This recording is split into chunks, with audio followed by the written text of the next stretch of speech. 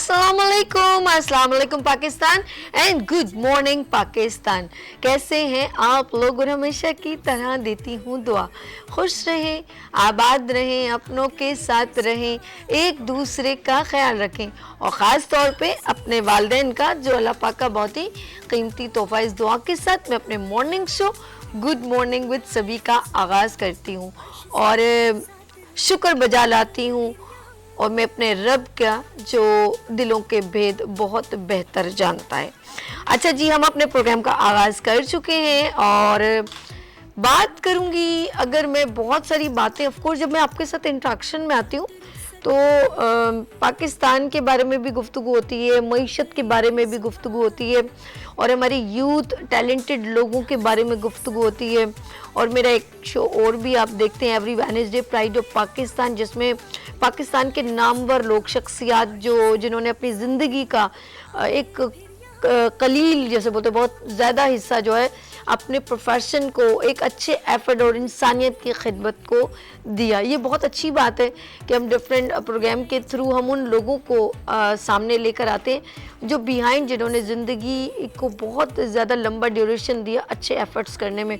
वो इसलिए ज़रूरी होता है कि जब ये मैं इसलिए करी हूँ, कल मैं एक अवार्ड सेरेमनी में गई और वो एक CSR अवार्ड था और मैरियड में ही थी मैं मौजूद कल, और वहाँ पर बहुत सारे लोग बैठे थे और उन लोगों ने ज़्यादा ये बात की कि आया कि हम किसी भी फाउंडेशन या ऑर्गेनाइजेशन को जब एक अमाउंट देते हैं रेलिवेंट टू कि भाई डिज़ास्टर आए, अच्छा कोई फॉर एग्जांपल ये भी होता है ना कि हम किसी की हेल्पिंग हैंड बनते हैं, यूथ को, स्कूल्स को पेमेंट दी जाती है, डोनेशन कहते हैं जिसे हम, और एक अमाउंट देना चाहिए ऑफ कोर्स। जब एक बड़ी मल्टीनेशनल कंपनी के बड़े बड़े वहाँ पर ब्रांड एम्बेसडर बैठे हुए थे और डिस्कशन जो चल रही थी वो रेलेवेंट टू कि अगर हम देते हैं तो हम इसका कैसे हम मालूम करें कि आया कि ये उन लोगों तक पहुँच गई है कि नहीं, राइट वे में गई है कि नहीं। अब ये जो राइट वे है या रॉन्ग वे, कभी कभी हम कहते हैं यार सीधे हाथ में दो तो उल्टे हाथ को ना पता चले, लेकिन यहाँ पर ज़रूरी है कि हमें नॉलेज लेना बहुत ज़रूरी। और अगर कोई पर्सन पेमेंट एक हैंडसम अमाउंट दे रहा है, 1 करोड़ दे रहा है या 50,000 दे रहा है, तो हमें इसके बारे में जानना बहुत ज़रूरी है। क्या है कि जिस मद में मैंने दी है, क्या है कि उस जगह पहुंची है कि नहीं पहुंची। ये असल में मेरी ज़िंदगी के जो वाक़यात होते हैं वो आपसे मैं शेयर करती हूँ। और ये भी अच्छी बात है कि मुझे वो बहुत बुरा लगता है जो लोग किसी को एक आटे की बोरी दे रहे हैं और पिक्चर ले रहे हैं और 10 लोग खड़े हैं, तो इस तरह भी तज़लील नहीं करनी चाहिए। तो बात कहने का मकसद है कि नेकी करना कोई बुरी बात नहीं है और अपने लोगों की मदद करना, इंसानियत की मदद करना, और लसानियत से पाक के हम ये मज़हब से है तो ये मज़हब से नहीं है, नहीं, खिदमत आपने सबकी करनी है, लेकिन आपने इसका जो है जैसे कहते हैं ना कि असेसमेंट करना, बायोडेटा लेना और देखना कि ये डिज़र्विंग लोगों तक चीज़ पहुंची है कि नहीं पहुंची। तो ये सब चीज़ें मैं वहाँ पर देख रही थी और बड़ी अच्छी बात एक इलेक्ट्रिसिटी की बात जो है एंकर ने की, वो भी बहुत अच्छी लगी कि अगर मेरे घर में इनिशियली बच्चों को सिखाना चाहिए जैसे लोगों की खिदमत करना, और बेवजह इलेक्ट्रिसिटी का इस्तेमाल भी पर डिस्कस हो रही थी और ये वो रूटीन के मुताबिक बातें होती हैं, हमें शेयर करनी चाहिए। उन्होंने कहा कि यार ये मेरे वालिद ने मुझे कहा कि ये तुम लाइट क्यों खोल के, उन्होंने कहा मैं 2 मिनट के लिए तो गया हूँ। तो देन उन्होंने कहा कि अगर तुम 2 मिनट को कैलकुलेट करो कि तुमने इस तरह बहुत सारे लोग 2 मिनट ज़ाया करते, तो सोचे हम कितनी मेगावाट बिजली ज़ाया करते हैं जो किसी के इस्तेमाल में आ सकती है। बात तो बड़ी है, मगर बात है रुसवाई की। हम लोग समझते हैं ये चीज़ें ऐसी हैं या कोई बात नहीं ना, हो गया, चार्जर लगा के छोड़ दिया, टेलीविज़न ऑन करके छोड़ दिया। कभी कभी हम लोग लाइट जाती है तो कुछ चीज़ें बंद नहीं करते और बाहर चले जाते, वापस आते सब चीज़ें ऑन होती हैं। तो हम पानी का बेजा इस्तेमाल करते हैं। ये सारी चीज़ों का एक हिसाब होना चाहिए। जब हम अपनी खुद जब तक असेसमेंट नहीं करेंगे ना, हम किसी को कोई भी एडवाइस नहीं कर सकते। तो ज़रूरी है, प्लीज़ मैं कहूँगी कि बच्चे जो हैं वो शुरू से आप जैसा उनको फोल्ड करोगे वह वैसा ही प्रेजेंट करेंगे। और कुछ लोग जब किसी मकाम तक पहुँचते तो उनके बिहाइंड, पीछे बैक पर उनके वालिदैन का हाथ होता है, उनके अच्छे मुखलिस दोस्तों का हाथ होता है, उनके मकाम बनने तक वो बहुत कुछ सीख रहे होते हैं और उनकी ज़िंदगी में ये सब कुछ स्ट्रगल एंड तक, आखिरी सांस तक जारी रहती है। आज हमारे दरम्यान बिल्कुल इसी से रेलेवेंट मैं आपसे जो ये इतनी सारी गुफ्तगू की है वो इन तमाम चीज़ों का एक हिस्सा है। अवॉर्ड किया जाए या फॉर एग्ज़ाम्पल एजुकेशन की बात की जाए, अच्छे लोगों की बात की जाए, वो ओब्लाइज करते हैं, उनको अप्रिशिएट करते हैं। यूथ की बात की जाए, ख़वातीन की बात की जाए, तो ये सब होल सोल उनके डोमेन में आता है। तो आप लोगों ने कहीं नहीं जाना, मैं एक ऐसी शख्सियत से आपको मिलवाना चाहती हूँ। लेते हैं यहाँ पर पहले ब्रेक, थोड़ा सरप्राइज रहना चाहिए ना, तो यहाँ पर लेते हैं ब्रेक और मिलते हैं ब्रेक के बाद गुड मॉर्निंग विद सभी के साथ।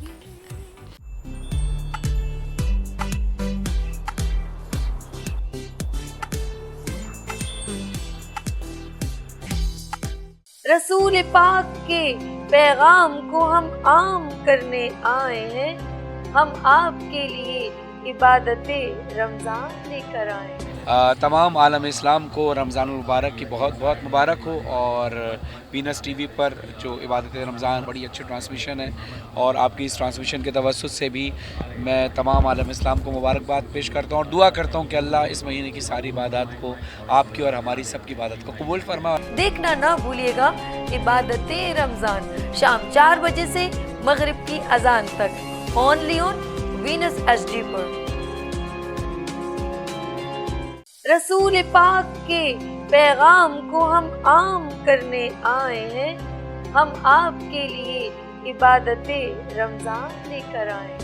तमाम आलम इस्लाम को रमज़ानुल मुबारक की बहुत बहुत मुबारक हो। और पीनस टीवी पर जो इबादत रमज़ान बड़ी अच्छी ट्रांसमिशन है और आपकी इस ट्रांसमिशन के तवस्सुत से भी मैं तमाम आलम इस्लाम को मुबारकबाद पेश करता हूँ और दुआ करता हूँ कि अल्लाह इस महीने की सारी इबादत को आपकी और हमारी सबकी इबादत को कबूल फरमा। देखना ना भूलिएगा इबादत रमज़ान शाम 4 बजे से मगरिब की अजान तक ओनली ऑन वीनस एचडी पर।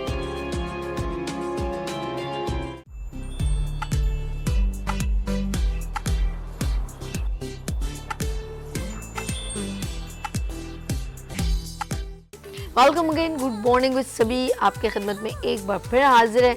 और बात करी थी मैं उन शख्सियात की जिन्होंने पाकिस्तान में अपनी स्ट्रगल से अपना मकाम बनाया और अभी भी वो ग्रेजुअली कुछ ना कुछ कर रहे हैं। तो ये आने वाली यूथ के लिए, जनरेशन के लिए मोटिवेशनल पर्सन होते हैं और अभी भी वो एक्टिविटीज़ ऐसी करवाते रहते हैं। और अभी थोड़ी देर पहले भी बात हो रही थी कि हम लोगों ने इस तरह की एक्टिविटी एक जगह की और अच्छी बात है, दैट्स गुड कि हमारे लिए बहुत सारी बातें जो हमारी हिडन होती हैं, हमें नहीं पता होता, तो उनसे हमें एक कुछ ना कुछ मोटिवेशनल मैसेज मिल रहा होता है और दिल करता है कि ऐसी एक्टिविटीज़ हम भी करवाएं।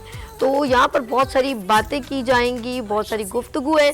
तो यहाँ पर एक बड़ी शख्सियत मौजूद है, इंस्पिरेशन पर्सन, IT स्पेशलिस्ट और जो पाकिस्तान ANZ के जर्नल मैनेजर हैं, शेर अफजल फाउंडेशन के जर्नल मैनेजर हैं। तो कौन है? सैयद ज़ीशान हाशमी मेरे साथ मौजूद है। अस्सलाम वालेकुम। वालेकुम अस्सलाम। कैसे ज़ीशान जी, साहब? अल्लाह का शुक्र, बिल्कुल ठीक ठाक। Thanks for coming being on the show.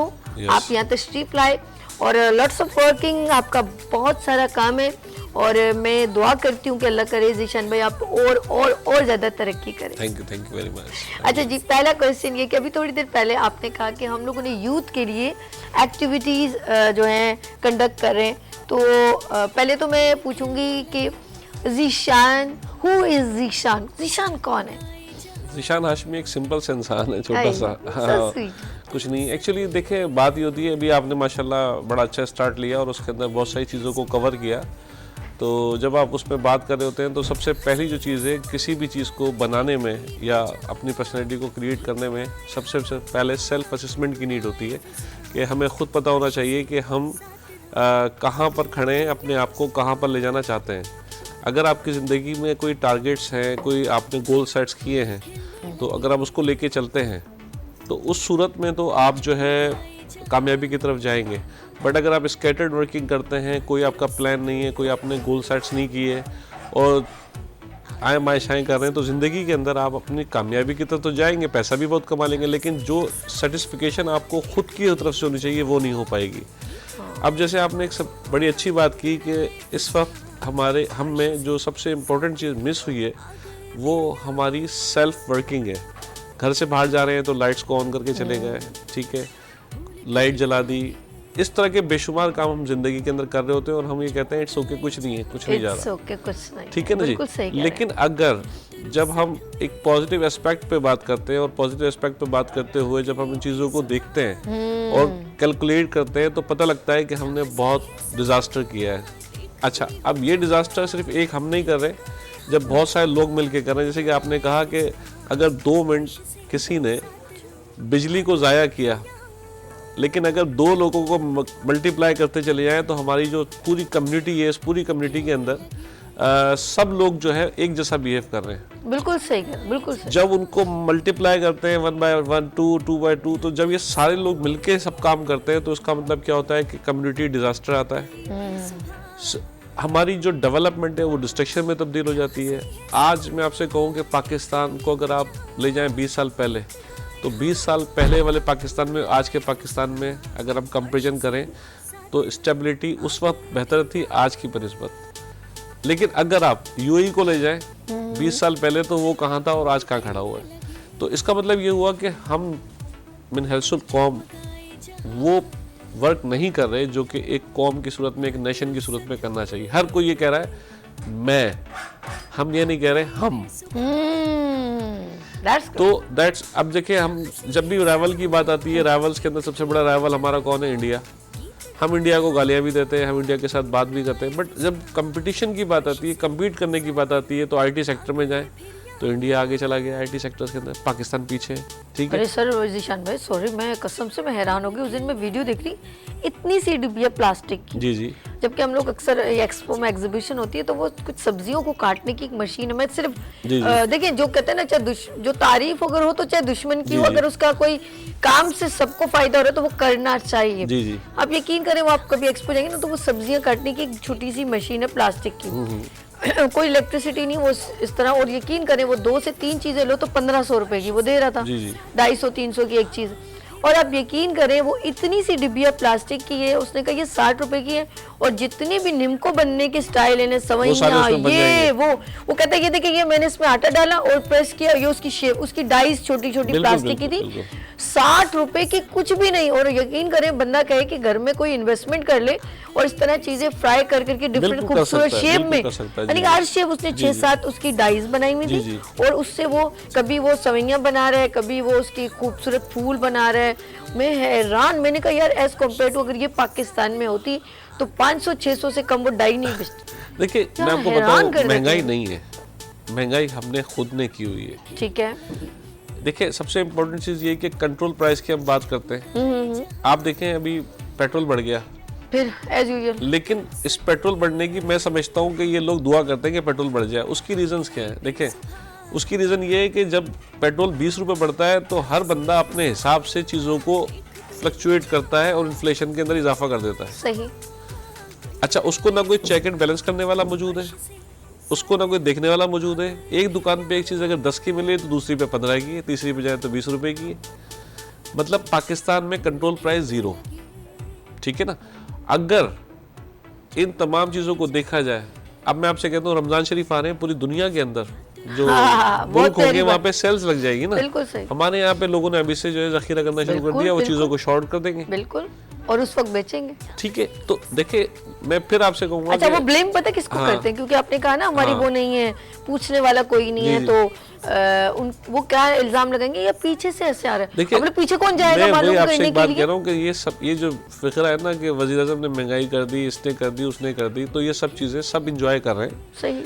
देखिए एक बंदा जो पिस रहा है ना सबसे ज्यादा, वो पिस रहा है कंज्यूमर, जो ना कंज्यूमर भी तो वहीं आके किसी ना किसी जगह फिट है ना। आप मुझे चीट कर रहे हैं तो वो कहीं दूसरी जगह पे आपको चीट कर रहा है। देखिए ना भाई, बात ये, अगर आपकी दुकान अगर आज जो है वो परचून की है तो दूसरा मेडिकल स्टोर चला रहा है, तो तीसरा कुछ चला रहा है, तो अपनी मर्जी से चीजों को कर रहे हैं ना सारा। तो देखिए हम फिर ये कहेंगे कि हमें सबसे इम्पोर्टेंट चीज जो जिसके लिए, जिस पे हम मुसलमान बेस करते थे, तालीम, रिसर्च, हमने वो चीज़ें खो दी हैं। दुनिया के अंदर इतने मुसलमान हैं लेकिन हर जगह ज़िल्लो ख्वार हो रहे हैं। उसकी रीजंस क्या है? आपकी बात इतनी पॉइंटेड है, रिसर्च की बात की, यानी कि अगर हम मेड इन पाकिस्तान को प्रमोट करें ना, तो हमारे मुल्क में बेइंतहा टैलेंट है। हम हर चीज़ बाहर से ही मंगवाने को फोकस करते हैं, और कितने लोग कहते हैं हमारे कंटेनर फंसे हुए हैं। किसी ने मुझे कहा कि मेरी बोतल का कैप बाहर से आता है।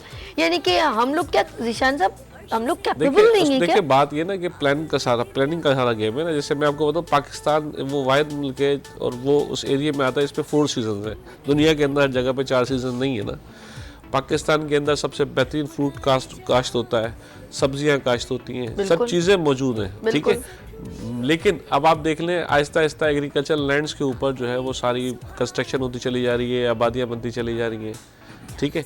अब जो बंदे काश्त करते थे सब्जियां, अब लाजिम बात है, एग्रीकल्चर लैंड को आप कमर्शियल लैंड में तब्दील कर देंगे तो क्या होगा? सही कह रहे हैं, बिल्कुल ठीक है। आबादी बढ़ रही है, तो जब इजनास में कमी हो जाएगी तो लाजिम बात है चीज़ें तो आएंगी।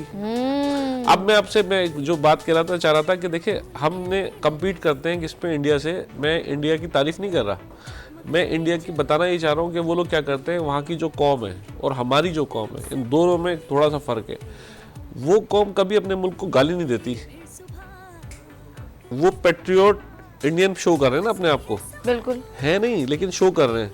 हम क्या करते हैं, हर चीज़ के अंदर मुल्क ने किया है, पाकिस्तान में है क्या, पाकिस्तान में ये क्यों है, पाकिस्तान में वो क्यों है।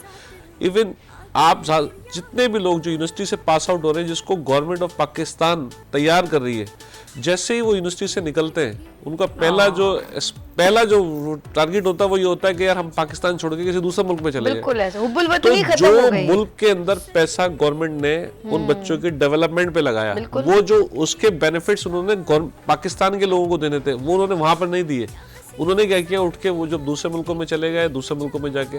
तो मैं आपसे फिर ये कहूँगा कि गवर्नमेंट का एक अपना रोल है, हम लोगों का एक अपना रोल है, हम उस रोल में नाकाम हैं। बिल्कुल सही है, बिल्कुल। तो हमें क्या चाहिए, सबसे पहले कि हम अपने आप को तैयार करें आने वाले टाइमिंग के लिए। लोग जा रहे हैं, विजन लेके जा रहे हैं 100 साल का, 50-100 साल का, और हम जो है वो पीछे साइड पे जाए। तो अब आप देखिए, मैं अभी चलाता हुआ आया हूँ गाड़ी, 10 जगह गड्ढे थे, ठीक है। शारा फैसल पे अगर गड्ढे हैं तो आप मुझे बताएं, मुझे याद है, मैं आई वाज विजिटिंग ब्राज़ील, तो रात में जो है वो वहाँ एक्सीडेंट हुआ। मैं होटल के लॉबी में खड़ा हुआ था, तो वो रोड पे गड्ढा सा पड़ गया। 3 घंटे के बाद वो आए, उस छोटे से एरिया को उन्होंने लाइन लगाया, उधर से रूलर आया, और 3 घंटे के अंदर वो जो है वो सब चीज़ें, जो गड्ढा था वो भर दिया उन्होंने। जिशान साहब, आपने मुझे वो याद करवा दिया। मैं कसम खुदा की, बलोच कॉलोनी पे आपको पता हमारे ट्रैफिक कैसी है, और वो वहाँ से डिफेंस में से भी आ रहे हैं लोग, कुरंगी से भी आ रहे हैं। बलोच कॉलोनी ये सिटी स्कूल के पास ही है। आप यकीन करो, वो कोई मेंटेनेंस करनी थी ब्रिज के ऊपर। आप यकीन करो, 1 हफ्ते तक 4 या 3 बेचारे मजदूर लगे हुए हैं, और वो उसको पहले खोदते रहे मजे मजे से। कोई उनमें कोई वो नहीं लगा कि यार जल्दी से ये कुछ कर ले। कोई बैठा हुआ है, कोई पानी पी रहा है, कोई अच्छा यूं कर रहा है, कोई मतलब वो परेशान, वो खुद ज्यादा हो रहे हैं। बिल्कुल। और उससे ज्यादा वहाँ जो ट्रैफिक जब बाउंड हुई है, अल्लाह माफ करे, कि मतलब एक दूसरे पे करीब करीब गाड़ियां चिपकी हुई हैं, बुरा हाल है, पी पी पापा मच रही है। और रेगुलर कम से कम इन्होंने 2 हफ्ते उस चीज़ को खींचा, और कुछ भी नहीं था वो, उसको थोड़ा सा कहीं टूटा था, उसको वो करना था, मेंटेनेंस जिसे कहते हैं हम लोग।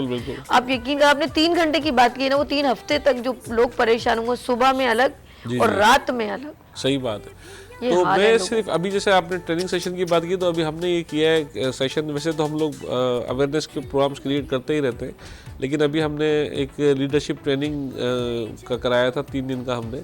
तो उसके अंदर हमने कम से कम जो है 1500 बच्चों को कल जमा किया था पूरे पाकिस्तान से, माशाल्लाह। और 3 दिन की उनको एक लीडरशिप ट्रेनिंग दी थी कि बच्चा जो है वो बड़ा होके किस तरह से जो अपनी स्किल्स हैं और अपनी तमाम चीज़ें उनका इस्तेमाल कर सकता है। तो जो सबसे इम्पोर्टेंट चीज़ उसमें हमें महसूस हुई, एक तो देखिए जो बच्चा निकलेगा ना बाहर, तो उसकी जो पर्सनैलिटी होगी, उसमें उसकी जो फैमिली है और जो उसकी तरबियत है, उसका इम्पैक्ट होता है। बिल्कुल।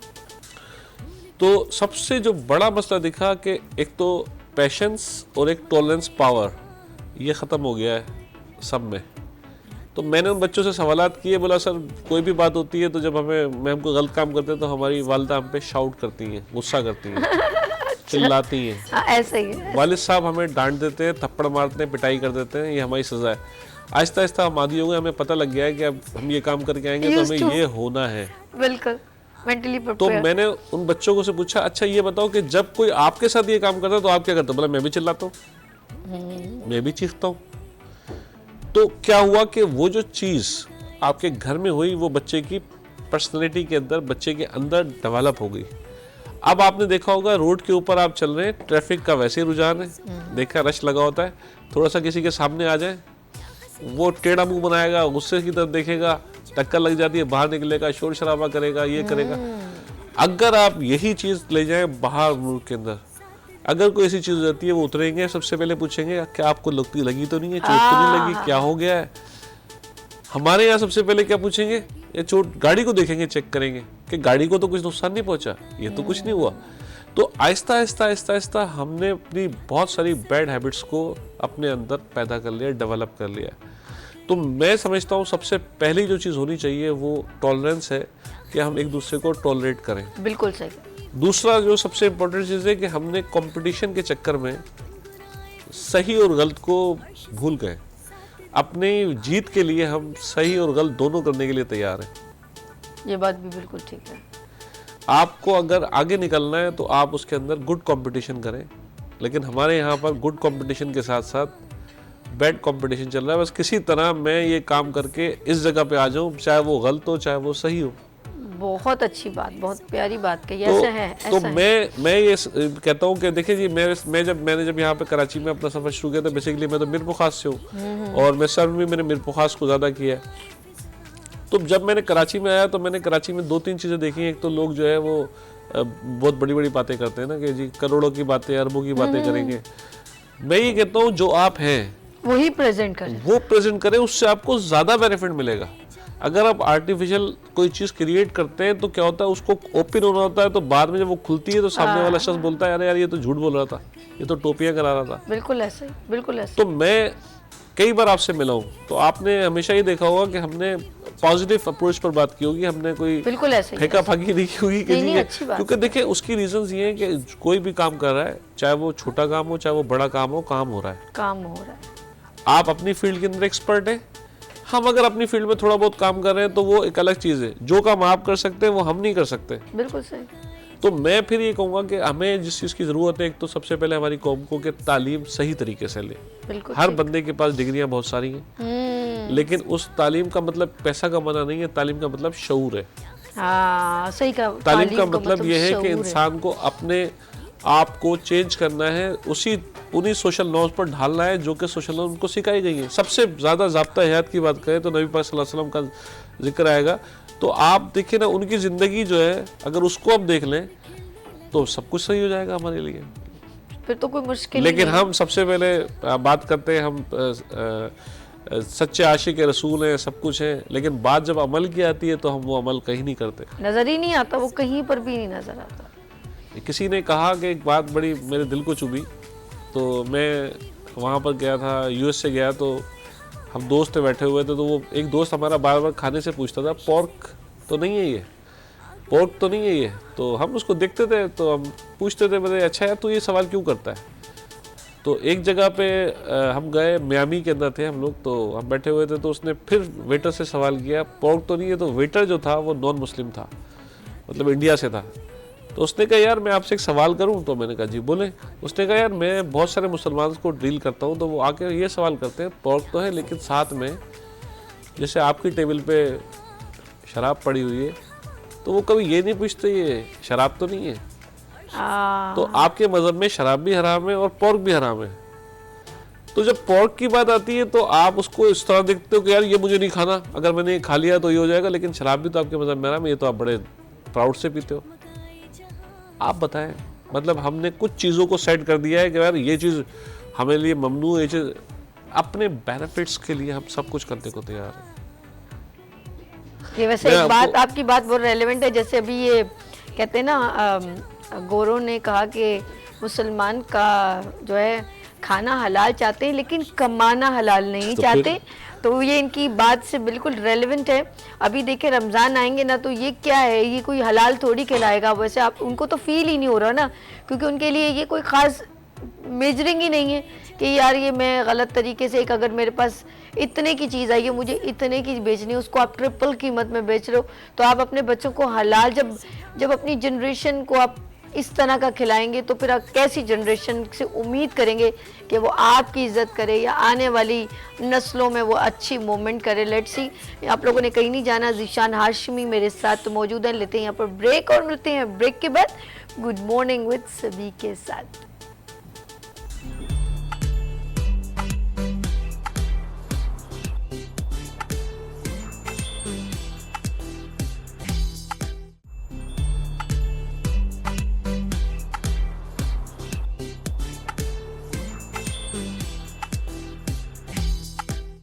Welcome again, good morning with सभी आपके खिदमत में एक बार फिर हाजिर है और बात करें हम एजुकेशन की, यूथ की। और हमारे मुल्क में आपने देखा होगा बच्चों को सिविक सेंस नहीं है, और इनिशियली हम अपने बच्चों को जो सिखाते हैं तो वो ही रिप्रेजेंट करते हैं। जैसे पेरेंट्स को देख लिया जाए गाड़ी चलाते हुए, अगर हमारे बच्चों को डिफरेंट अंदाज में सेमिनार करके या कोई वर्कशॉप करके हम उन बच्चों के स्कूल में जाके कोई प्रोग्राम करते हैं और उसको उनको हल्के फुल्के अंदाज में सिखाया जाता है, तो वो बाकायदा पॉइंटेड करते हैं अपने पेरेंट्स को कि आप पापा ये गलत कर रहे हो। तो अब हमें ज़रूरत पड़ गई है कि हम ऐसा करें, जबकि ये सब बड़ों ने बिल्कुल जैसे हमारे मुल्क में अगर कुछ मिसबिहेव हो रहा है उसको लेके चल रहे हैं, गुस्सा आउटस्टैंडिंग, बदतमीजी, लड़ाई। उस दिन रिसेंटली एक स्कूल के बच्चे एक होटल पे बैठे, वो 10-15 है, वो अकेला है, आप यकीन करो जो मार धाड़ चीड़ फाड़ हो रही थी, उन्होंने एक सेकंड उन लड़कों ने नहीं सोचा अल्लाह ने करे इसकी जो कुर्सी उठा के इसके सर पे मारी, जब लड़का उसी वक्त मर जाए तो क्या होगा। लेकिन वो क्या हाइपरनेस, ये कपड़े फट रहे हैं, ये हमारे स्कूलों के ये आउटडोर का हाल है, कोई पूछने वाला नहीं, कोई सब्र तहम्मुल नहीं।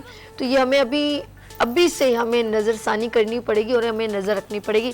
बात कर रहे हैं हम अपने आने वाली यूथ की, ज़रा पूछते हैं हम ज़ीशान हाशमी साहब को एक बार फिर मैं वेलकम करती हूँ। Sir welcome. क्या कहते हैं कि आगे हमारा जो एक इंसानियत का सबक, जैसे आप माशाल्लाह वर्कशॉप की बात करें थे, सेमिनार की, तो क्या समझते कहाँ का लैक हो रही है, क्या क्या चीज़ें हमें अभी मेंशन करनी है? देखिए, यूथ के हवाले से अगर हम बात करें तो पाकिस्तान की यूथ माशाल्लाह जो है बहुत एक्टिव है, और अगर मैं तो कहता हूँ कि बहुत कम जो उनके पास सिनारियो ऑप्शन मौजूद हैं वर्किंग करने के, लेकिन उसमें छोटे से रिसोर्सेज के अंदर भी वो बड़े बड़े काम कर रहे हैं। 2020 से 2030 तक के दरमियान पाकिस्तान वो वाहिद मुल्क है जिसके अंदर यूथ का जो रेशो है, यानी कि 18 साल से लेकर और 40 साल तक के जो लोग हैं, वो दुनिया में सबसे ज़्यादा है माशाल्लाह। तो पाकिस्तान की जो यूथ है जो पाकिस्तान में सर्व कर रही है, इसके साथ साथ पाकिस्तान का नाम बाहर भी सर्व कर रही है, बहुत कम रिसोर्सेज के अंदर ना, बहुत कम। वाकई अगर दुनिया के अंदर आप देखें तो दुनिया के अंदर जब किसी भी बच्चे के ऊपर या लोग इन्वेंशंस कर रहे हैं या कोई भी चीज़ क्रिएट कर रहे हैं तो उसको गवर्नमेंट सपोर्ट करती है। यहाँ पर सेल्फ बच्चे अपनी मदद आप के तहत किसी के सपोर्ट लेके कुछ करके जो है वो डिफरेंट जगहों पर काम कर रहे हैं, जिसमें अगर आप बात करें तो स्पार्को एक ऐसा इदारा है जो कि बच्चों को सपोर्ट कर रहा है डिफरेंट इन्वेंशंस के अंदर। इसी तरह यूनिवर्सिटीज़ हैं, जैसे NED यूनिवर्सिटीज़ है, कराची यूनिवर्सिटी है और दूसरी बहुत सी यूनिवर्सिटीज़ हैं, तो उनके रिसर्च डिपार्टमेंट्स हैं और उनके अंदर जो यूथ के ग्रुप्स बने हुए हैं, तो वो मिल के आपस में कुछ ना कुछ करते ही रहते हैं। लेकिन मैं समझता हूँ कि जिस चीज़ की नीड है, ये मेरी एक अपनी सेल्फ असेसमेंट है, मैं किसी और की बात नहीं कर रहा, ना मैं गवर्नमेंट की बात कर रहा हूँ, कि अगर बच्चे को, जैसे कि एक बच्चा जो पाकिस्तान में पैदा हो रहा है और एक बच्चा अगर USA में पैदा हो रहा है, तो वहाँ की तालीम और यहाँ की तालीम में ज़मीन आसमान का फ़र्क है। ये बात उसके अंदर सबसे जो पहला जो गैप है, वो गैप है कि बच्चों का जो सिलेबस है, आज तक वही सिलेबस है जो सिलेबस मैंने पढ़ा था, जो आपने पढ़ा था, हमारे आबाओ अजदाद पढ़ के गए, उस सिलेबस में लिमिटेड चेंजिंग आई है, लेकिन वो सिलेबस वैसा का वैसा ही है। और दुनिया जो है चांद पे पहुंच गई है, हम लोग जो है वो उसी सिलेबस के ऊपर, उसी चीज़ों के ऊपर। तो बच्चा जब वो सिलेबस को देखेगा, उसी चीज़ों को, पुरानी चीज़ों को पढ़ेगा, सब कुछ करेगा, तो हम मॉडिफाई नहीं कर रहे चीज़ों को। जैसे ज़माने से हम सुन रहे हैं, उस दिन भी IG साहब का सेमिनार, तो कहते हैं आपने हेलन केलर तो पढ़ा को मीनिंग, हाँ एकदम फौरन वो हमारे जहन में अभी भी बहुत सारे जो है ना सोलेमन और पता नहीं क्या क्या ऐसे सब्जेक्ट्स हैं जो भी याद है। बहुत सारी चीज़ें ऐसी हैं जो कि हमने चले सिलेबस की बात हम नहीं करते, ठीक है, वो बनाने वाले बड़े अच्छे लोग हैं जिन्होंने उनको डिज़ाइन किया, चीज़ें किया, उसको मॉडिफाई करते जाएं। हाँ देखिए जो उर्दू है वो ठीक है, चल जाएगा, जो इंग्लिश है चले जी वो भी चल जाएगा, लेकिन साइंस के अंदर तो चेंजिंग आनी चाहिए ना, दैट्स क्रिएशन होती है नई नई। ठीक है ना। उसके बाद प्रैक्टिकलिज्म जो है, अब देखें आप हर स्कूल के अंदर एक प्रैक्टिकल लैब ज़रूर होनी चाहिए, बिल्कुल लेकिन आप विजिट कर लें जितने भी प्राइवेट स्कूल्स हैं, उन स्कूल्स के अंदर लिमिटेड स्कूल ऐसे होंगे, जो बड़े बड़े स्कूल हैं उनमें तो लैब्स होंगी, बाकी स्कूलों में लैब्स नहीं है।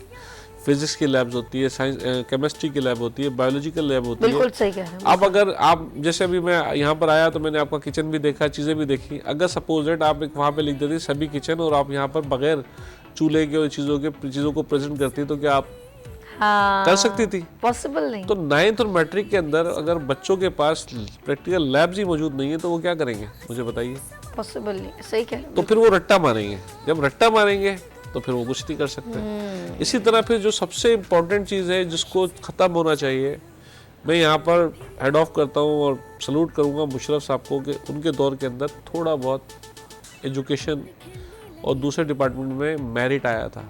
तो उन दौर में अगर आप देखें तो उसमें वहाँ पर मेरिट बेसिस के ऊपर जॉब्स मिली थी लोगों को, बिल्कुल ठीक। और उसके साथ साथ उन्होंने कॉपी कल्चर पे थोड़ा सा सख्ती की थी, जिसकी वजह से आपको मैं बताऊंगा कि वो जब उस एट दैट टाइम मैं जो था कंप्यूटर साइंस में मास्टर कर रहा था, तो जब जो लोकल कॉलेज स्कूल्स थे तो वहाँ पर पास होने वाले जो इनरोल बच्चे थे वो 6-6 हज़ार थे, और पास होने वाले जो थे बच्चे वो 3-3, 4-4 बच्चे पास हुए थे, फेल हो गए थे सारे। नकल का रुझान इतना है, यानी कि अगर आप जाएं सिंध के अंदर, शहरों के अंदर, तो आपको पता लगेगा कि वहाँ पर तो कॉपी कल्चर आम सी बात है। बच्चा जो है वो पूरे साल यही सोचता है उसको जाना है और कॉपी लिखनी है उसको। तो ऐसी जनरेशन जो आगे डेवलप होती है तो वो फिर मजबूत तो उसका नुकसान फिर कौम उठा रही है ना, देखें आज हर जगह पर, क्योंकि देखिए अब इनका दीन ईमान, हम सब ने अपना दीन ईमान क्या बना लिया, पैसा। बिल्कुल सही। अब पहले एक टाइम होता था, मैं ये कहूँ कि जब किसी की जगह घर पे आप रिश्ता लेके जाते थे तो वो आपसे सबसे पहले पूछता था आपका खानदान, आपका हसब, आपका नसब, आप ये नहीं है कि नहीं बच्चा। ठीक है हाँ, जी। और आज सबसे पहला जो सवाल होता है, हाँ जी जॉब है गवर्नमेंट की, हाँ घर है, पैसा कितने कमाते हो, बिल्कुल ऐसे ही। That means criteria change. बिल्कुल सही। तो जब क्राइटेरिया चेंज हो गया तो जो आप डिमांड करोगे तो वो आपको भी तो मिलना है ना, अगर आप गलत करोगे तो गलत आपको भी तो मिलेगा ना भाई। सेम जब हम चिल्ला रहे हैं कि जी वो बच्चों को जो है ना, बच्चियों को जो है जहेज इतना देना पड़ रहा है, शादी बहुत महंगी हो गई है, तो जब आप किसी की बच्ची लेने जाते हो तो आप वहाँ भी आप भी तो डिमांड करते हो ना। जब कोई दूसरा आपके घर पे आ रहा है तो वाइस वर्सा हो गया ना। आज आप किसी के साथ गलत कर रहे हो तो कल जब आपके घर पे आएगा तो वो भी तो यही होगा ना। बात तो सही, ऐसा ही ऐसा ही। बात करेंगे तो बहुत दूर तक जाएंगे। दूसरी एक और चीज़ जिसको मैं थोड़ा सा कहना चाहूँगा कि हमारे दुनिया के अंदर को एजुकेशन जो है मतलब एक बड़ा अच्छा एक सिस्टम है जिसके अंदर लड़के लड़कियाँ साथ मिलकर पढ़ते हैं। हमारे यहाँ पर भी यूनिवर्सिटीज़ के अंदर जो सिस्टम है वो को एजुकेशन है और साथ पढ़ रहे, लेकिन मैं इसका आपको बताऊँ कि कुछ हमारे सोसाइटी के हिसाब से इसके बेनिफिट्स भी हैं, इसके ड्रॉबैक्स भी हैं। अच्छा, बेनिफिट्स ये हैं कि जब लड़की और लड़का साथ पढ़ते हैं तो दोनों को मौका मिलता है आपस में जुड़ने का, आपस में अपने पॉइंट्स ऑफ शेयरिंग करने का, और जो सबसे इम्पोर्टेंट चीज़ होती है जो लूज़ करते हैं कॉन्फिडेंस, ओके, तो वो कॉन्फिडेंस डेवलप हो जाता है। ठीक है। बट जब एक बच्ची जिसने मैट्रिक तक या इंटर तक गर्ल्स कॉलेज में पढ़ी है, वो ठीक है, उसके बाद वो निकल के एकदम यूनिवर्सिटी में आती है और वहाँ पर जब सारे इतने सारे लोग लड़के वड़के, तो उस सूरत में क्या होता है कि वो मिसयूज हो जाती है। ओहो, उसकी रीजंस क्या होती है कि उसको तैयारी नहीं किया गया। अगर एक बच्चा कोई एजुकेशन में बचपन से पढ़ता हुआ जा रहा है, हमारे पास कोई सिस्टम ऐसा है ही नहीं कि यूनिवर्सिटी के अंदर अगर एक इंटर के बाद कि जनाब आपने तालीम दी है इंटर तक, मेल अलग, बॉयज़ अलग, गर्ल्स अलग, तो इंटर के बाद तो आपको यूनिवर्सिटी में आना है। जब आप आएंगे तो आपको लाजिम लड़का लड़की के साथ पढ़ना है। तो उसमें ये बड़ा क्रिटिकल पॉइंट है, मैं जो बात कर रहा हूँ, क्योंकि मैं आए दिन देख रहा होता हूँ कि कोई ना कोई मसले मसाइल क्रिएट हुए होते हैं। तो इस सूरत में क्या करना है कि जब आपने देखना है कि पाकिस्तान के अंदर आगे आप अपर लेवल की जो एजुकेशन है वो है ही कोई एजुकेशन, तो फिर आप कोई एजुकेशन पे जाएं। बिल्कुल सही। क्योंकि सेकंड ईयर के बाद या तो फिर अपने बच्ची को आप बिठा देते हैं कि जी आगे तो तालीम जो है वो है ही नहीं, आगे तो जो है वो लड़का लड़की साथ पढ़ेंगे। तो ये तमाम चीज़ें अगर जब आप यहाँ, ये इस्लामी मुल्क है तो यहाँ पे जब तक इंटर के बाद तो फिर यूनिवर्सिटी भी ऐसी होनी चाहिए जैसे यहाँ सिर्फ लिमिटेड यूनिवर्सिटीज़ हैं जिसके अंदर लड़के अलग हैं लड़कियाँ अलग हैं, बाकी तो कोई एजुकेशन है ना हर जगह, प्राइवेट यूनिवर्सिटी तो है ही कोई एजुकेशन। तो ये तमाम चीज़ें हमें सही करनी पड़ेंगी। अगर हम अब भी नहीं सुधरते, अब चीज़ों को दुरुस्त नहीं करते, तो आने वाला टाइम इससे बुरा टाइम और बुरा टाइम आएगा। आज आप ये देख लें, कल मुझे दुबई जाना था, तो मैंने जैसे अभी पिछले महीने गया था, तो मैंने उनसे पूछा तो उसने मुझे कहा कि यार सारी फ़्लाइट्स जो है ना बुक है। तो मैंने कहा यार दुबई के लिए फ़्लाइट बुक्स है। उसने कहा यार बात ये है कि रेमिटेंस जो है वो बंद कर दी गई है उनकी एमिरेट्स की, तो उसकी 4 फ्लाइट्स चल रही थी, तो 1000 के करीब पैसेंजर जो है वो डाइवर्ट हुए दूसरी जगह पे। अब वो कह रहे हैं कि डॉलर में पैसे भेजो, डॉलर हमारे पास है नहीं, डॉलर नहीं है, तो वो जो 60,000 रुपये का टिकट था इस वक्त वो 1,40,000 50,000 के ऊपर चला गया। बिल्कुल ऐसा ही। अच्छा, जिसको जाना है वो तो जाएगा, बट फ्लाइट्स नहीं है, क्योंकि जो 1000 पैसेंजर एमिरेट्स ने अपनी फ्लाइट्स को बंद कर दिया है ना, तो वो डाइवर्ट हुई है, तो हमारे पास कैपेसिटी नहीं है कि इतने पैसेंजर्स को लेके जा सके। अल्लाह रहम करे। तो ये चीज़ें हर जगह पे आ रही हैं, हर जगह पे महसूस हो रही हैं। अभी जैसे आपने कहा कंटेनर्स जो है वो वहाँ पड़े हुए हैं, बंद हैं।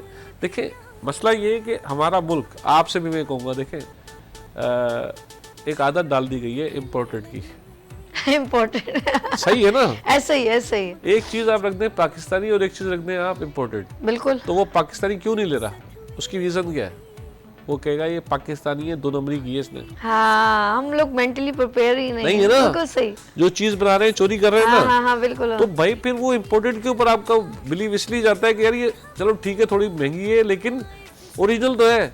पाकिस्तानी कंपनीज के अंदर चले बहुत, मैं ये कहूँगा कि सारे चोर नहीं है, लेकिन छाप डलने के तो वो भी हमें गलत ही लगने लगता है। निशान ने बहुत सारी बातें ओपन करते चले जा रहे हैं, तो ये मेरे साथ ही रहेंगे। आप लोगों ने भी कहीं नहीं जाना, इनके भी कहीं नहीं जा रहे। यहाँ लेंगे छोटी सी ब्रेक और मिलते हैं ब्रेक के बाद गुड मॉर्निंग विद सभी के साथ एंड ज़ीशान हाशमी के साथ।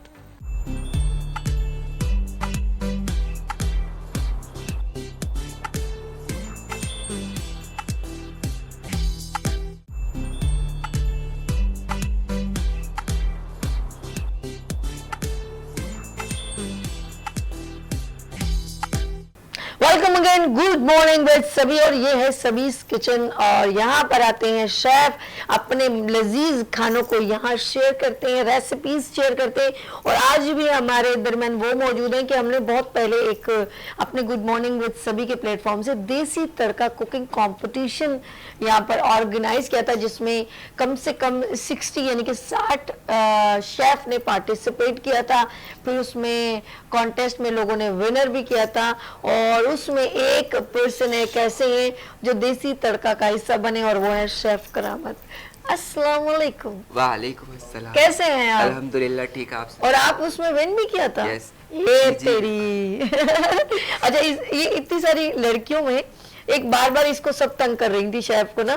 अब ये देख रहा था कितनी सारी, इनसे क्या मैं कंपटीशन की बात करूं, थोड़े डरे थे, तो हमने कहा, सारी लड़कियों ने कहा हम कुछ नहीं कहेंगे।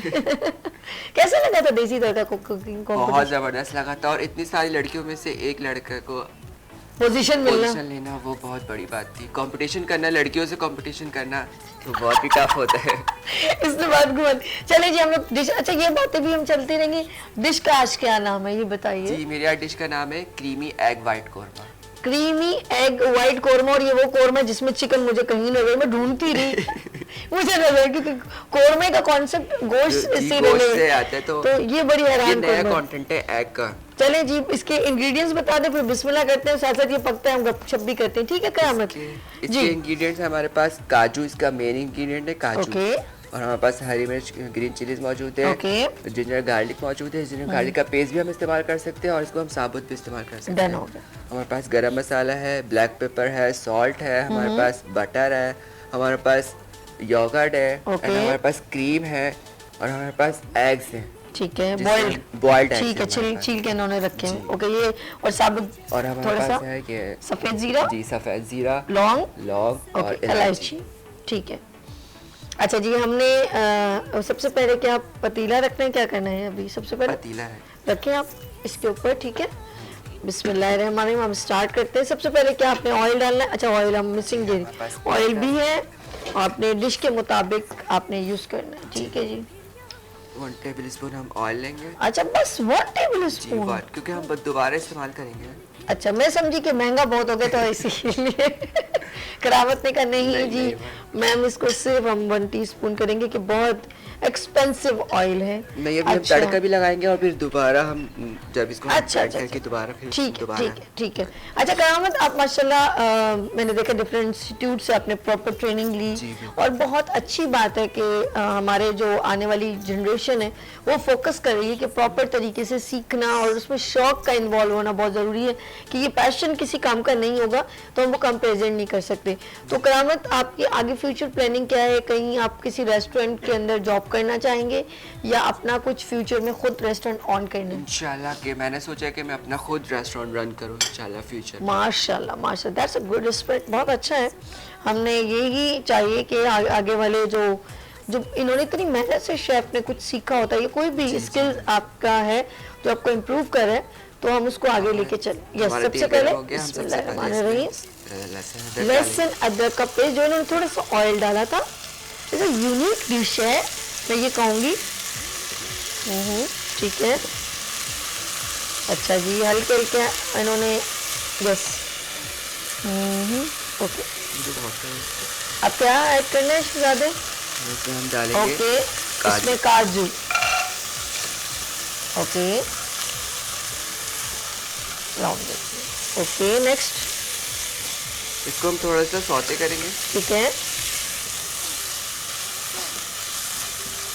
अच्छा जी, हमने सबसे पहले ऑयल ऐड किया, उसके बाद हमने इसमें काजू डाल, नहीं लहसुन अदरक, उसके बाद हमने काजू ऐड, ठीक, उसके बाद हरी मिर्च। अच्छा, ये थोड़ा स्पाइस का भी है, ठीक है। Okay, that's good. उसमें हरी मिर्च भी इन्होंने हल्की हल्की कटिंग की हुई है, 2-2 हिस्सों में काटा हुआ, ठीक है। उसके बाद हम क्या ऐड करेंगे? इसको हम थोड़ा सौते करके फिर इसको हम ब्लेंड करेंगे। अच्छा, ओके, फिर हम ब्रेक की तरफ चलते हैं। अब जब आएगा तो ये ब्लेंड किया हुआ होगा। जी नाज़रीन, आप लोगों ने भी कहीं नहीं जाना, हम इसको क्योंकि अभी इसको ना ग्राइंड करेंगे, जैसे कुछ लोग पीस लेंगे इसको, ठीक है। हम इसको पीस लेंगे क्योंकि फिर कोरमे में आपको पता है कि पिसा हुआ ग्रेवी जो बनेगी वो उसकी। अच्छा, ऑयल डाला है और उसके बाद अदरक लहसुन का पेस्ट डाला है, काजू डाला है, हरी मिर्च। अब इसको हमने ग्राइंड करके, अब जब दोबारा हम आएंगे तो ये ग्राइंड क्या होगा। यहाँ लेंगे छोटी सी ब्रेक, आप लोगों ने कहीं नहीं जाना। और साथ साथ बताते चलो, इबादत-ए रमज़ान स्पेशल ट्रांसमिशन का हिस्सा बनने के लिए आप हमें रब्ता करें 031582487004। यहाँ लेंगे छोटी सी ब्रेक और मिलते हैं ब्रेक के बाद गुड मॉर्निंग विद सभी के साथ एंड शेफ करामत के साथ।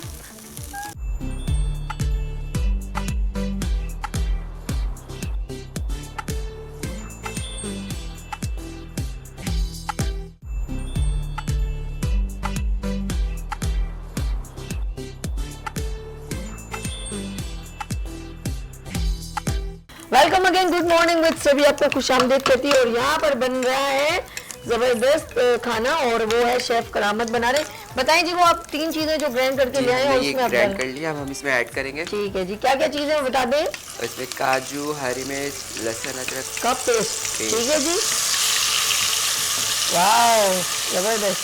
ये वाला ले लो चम्मच, इसको छोड़ दो, इसको ले लो ताकि ये मूव सही करेगा ना। अच्छा, यस। अच्छा जी, शेफ करामत इस वक्त बहुत यूनिक कोरमा का कॉन्सेप्ट जो होता है वो हमेशा गोश्त के ऊपर ही होता है, लेकिन आज हमने अंडे पे बनाया। डिश का नाम है korma, creamy egg white korma. Creamy egg white korma है। और देखते हैं ये क्या यूनिक डिश है जो बन रही है। अच्छा जी, इसको हल्का वो करना है, सिर्फ सौते करना है, क्या करना है? हम इसमें दही ऐड करेंगे। चलें जी, ये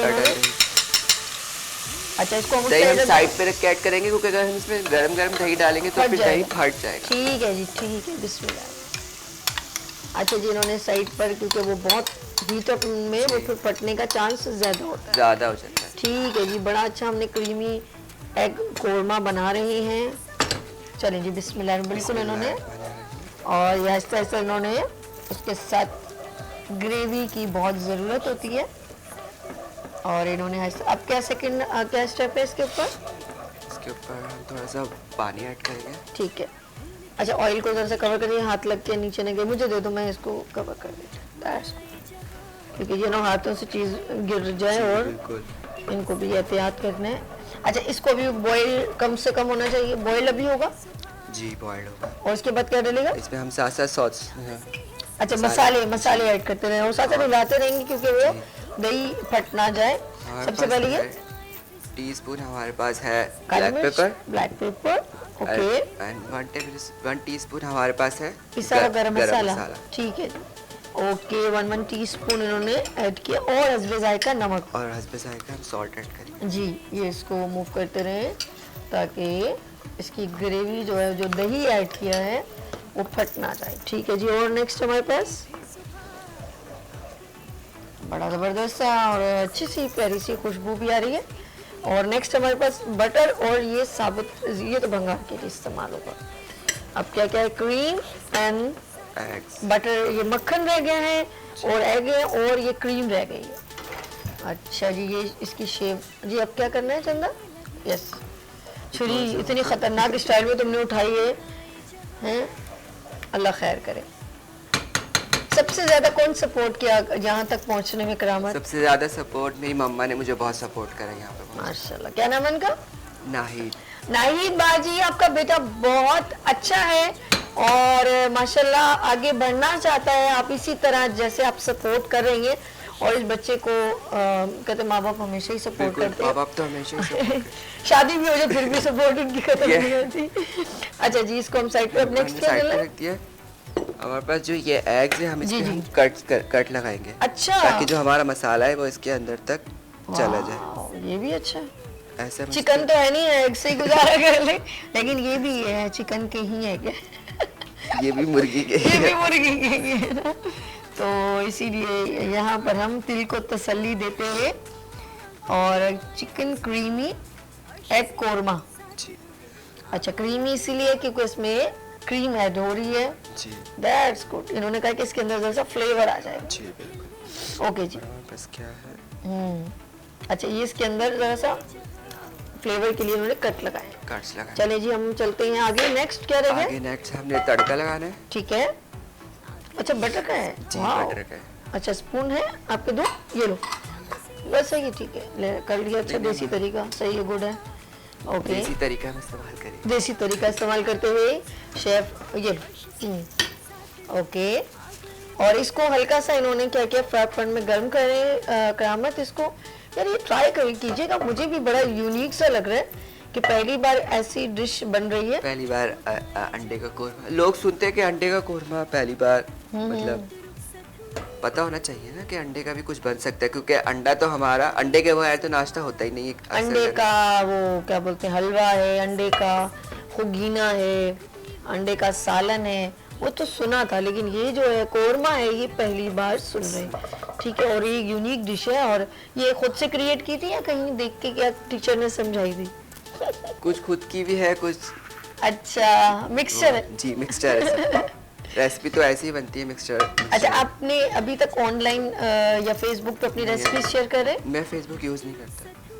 फेसबुक यूज नहीं करते? I don't like Facebook. अच्छा, जब भी कुछ हासिल कर लिया, वरना तो लोगों ने अपना टाइम वेस्ट किया है। और ये बैठे हैं हमारे सामने, एक हमारा इधर बच्चा है, उससे मैं मना भी करती हूँ कि ज़्यादा फेसबुक यूज़ ना करें। हंस रहे, नाम नहीं लूँगी, ऐसे ही फिर कहेंगे कि आप नहीं ऐसा कह दिया। यस, हम लोग जीरा ऐड करेंगे, 2 लौंग और इलायची। ओके, जीरे के लिए, सॉरी, बंगार के लिए है सफ़ेद जीरा, लौंग और इलायची। ओके जी, विद 2 लौंग में इलायची। ओके, आगे चलते हैं हम। नेक्स्ट क्या डल रहा है इस पे? हरी मिर्च तो नहीं? ओके, ये डायरेक्ट इसके ऊपर? जी, डायरेक्ट इसके ऊपर जाएगा। वाह, बड़े जबरदस्त खुशबू मक्खन की। और ये हम इसके अंदर ऐड करेंगे अपनी ग्रेवी में। यस, अच्छा जी, हम लोग लास्ट कर लो ताकि फिर मैं आपको खुदाफिज करूं और अपने गेस्ट को भी खुदाफिज करूं जल्दी से क्विकली। हम इसको क्लोज हो गया जी। इसे कितनी देर लगेगी? हो गया जी हो गया। इसे जल्दी से कन्वर्ट कर लो ताकि मैं फिर आगे मैसेज दूं। इसमें हम क्रीम ऐड करेंगे। यस, क्रीम ऐड कर लेंगे। अच्छा मैम, जब तक और क्या चीज रह गई चंदा ये बताओ? सिर्फ एग्स रह गए। एग रह गए हैं। अच्छा जी, मैं लेती हूँ हमारे पास ऑफ कोर्स मैं जिशान भाई की तरफ चल रही हूँ और उनसे लास्ट मैसेज लेते हैं क्योंकि हमारा यहाँ पर सेगमेंट खत्म हो रहा है कुकिंग का भी और उसका भी। इसके बाद फिर शेफ एंड में जो प्रेजेंट कर देंगे वो देख लेंगे। जिशान भाई हमारे साथ थे जिशाना आशमी और उन्होंने बहुत प्यारे अंदाज से आने वाली यूथ, एजुकेशन, मईशत सब पर ऑल राउंडर पर्सन है। उन्होंने बड़ी प्यारे अंदाज में गुफ्तगू की। उनके अंदर जो तहामुल था और जो आने वाली सोच है यूथ की उसके बारे में बहुत पॉजिटिव बातें की और हम कैसे सुधार सकते हैं ये भी उन्होंने डिस्कस किया। तो लेट्स सी हम उनसे लास्ट मैसेज लेते हैं। जी जिशान साहब, क्या कहना चाहते हैं अपने नाज़रीन को, अपने सुनने वालों, चाहने वालों को? माशाल्लाह अभी आप जिस जगह पे खड़ी हैं तो इस वक्त तो खाने के अलावा कोई और चीज़ दिखती नहीं है और माशाल्लाह ये न्यू टैलेंट है। देखिए यंग जनरेशन की बात कर रहे थे और ये इस तरह का टैलेंट भी मौजूद है हमारे मुल्क के अंदर। और मैं सिर्फ ये कहूँगा कि हमारी कौम को चाहिए, बल्कि यंग जनरेशन को चाहिए कि सेल्फ अपना जो है उस पर अपने ऊपर यकीन करें और इंशाल्लाह ताला जो है फ्यूचर हमारे पाकिस्तान का बेटर है, ब्राइट है और इंशाल्लाह ताला हम उसको सब मिलकर बहुत अच्छा बना सकते हैं। That's good. बहुत शुक्रिया आपने हमारे गुड मॉर्निंग विद सभी को ज्वाइन किया। Thank you so much. चलें जी, हम आते हैं। करामत ने अंडे भी ऐड कर लिए, क्रीम भी ऐड कर ली और लास्ट ऑफ कोर्स इसका है जो है लुक जो है वो आप देख लें और इसको हम कन्वर्ट कर लेते हैं। बाउल में कन्वर्ट कर लें। थोड़ा सा ये कुक होगा। ठीक है, थोड़ा सा कुक होगा। ठीक है, ओके। और जी नाज़रीन, हम इसको थोड़ा सा अपने हिसाब से आप जिस तरह बनाना चाहें ग्रेवी बना सकते हैं बस। ठीक है, जब तक इसका ऑयल ऊपर ना आ जाए हम इसको कुक करेंगे। ठीक है, इसे छोड़ दो बस। ठीक है नाज़रीन, इसको हमने अब मैं यहाँ पर इसको एंड कर रही हूँ। ठीक है, और करामत आपका बहुत शुक्रिया। हम इसको यहीं पर ही दिखा देते हैं। वो अपने हिसाब से जिसने जितनी ग्रेवी होगी वो उस हिसाब से मैनेज कर लेगा। अब मुझे ये बताएं, अपने लास्ट जो है आने वाले शेफ़ को क्या मैसेज देना चाहेंगे? आने वाले शेफ को मैं यही मैसेज देना चाहूँगा कि वो यहाँ पर आए और अपने आप को, अपने काम को दिखाए। That's good. अपनी कारकर्दगी दिखाए कि वो यहाँ पे आके क्या कर सकते हैं। क्योंकि नए टैलेंट को कोई सपोर्ट नहीं करता, आप लोग सपोर्ट कर रहे हैं। बहुत बहुत शुक्रिया, थैंक यू सो मच। और ये बड़ी अच्छी बात कही है कि नए टैलेंट को जो डिजर्विंग हैं और जो कैपेबल हैं, जिनके अंदर कोई हुनर है, स्किल्स रखते हैं, उनको हमें जो है अप्रिशिएट करना चाहिए, उनको प्लेटफॉर्म। और आप भी अगर शेफ़ हैं और अच्छी बेहतरीन कुकिंग करते हैं तो आप एज अ गेस्ट हमारे morning show good morning with सभी का हिस्सा बन सकते हैं। नंबर स्क्रीन पर ऑलमोस्ट चल रहा है, फिर भी मैं रिपीट कर देती हूँ 031582484704। यहाँ लेंगे छोटी सी ब्रेक और मिलते हैं ब्रेक के बाद गुड मॉर्निंग विद सभी के साथ।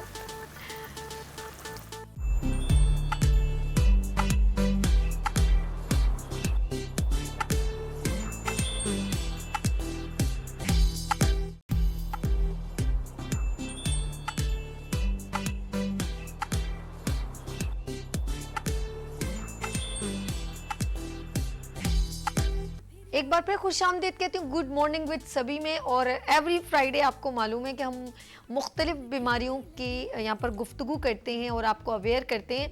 और मैं एक ख़ास टॉपिक की बात करूँगी आज, बहुत ही ज़्यादा है, वो है हमारे आंतों में इन्फेक्शन।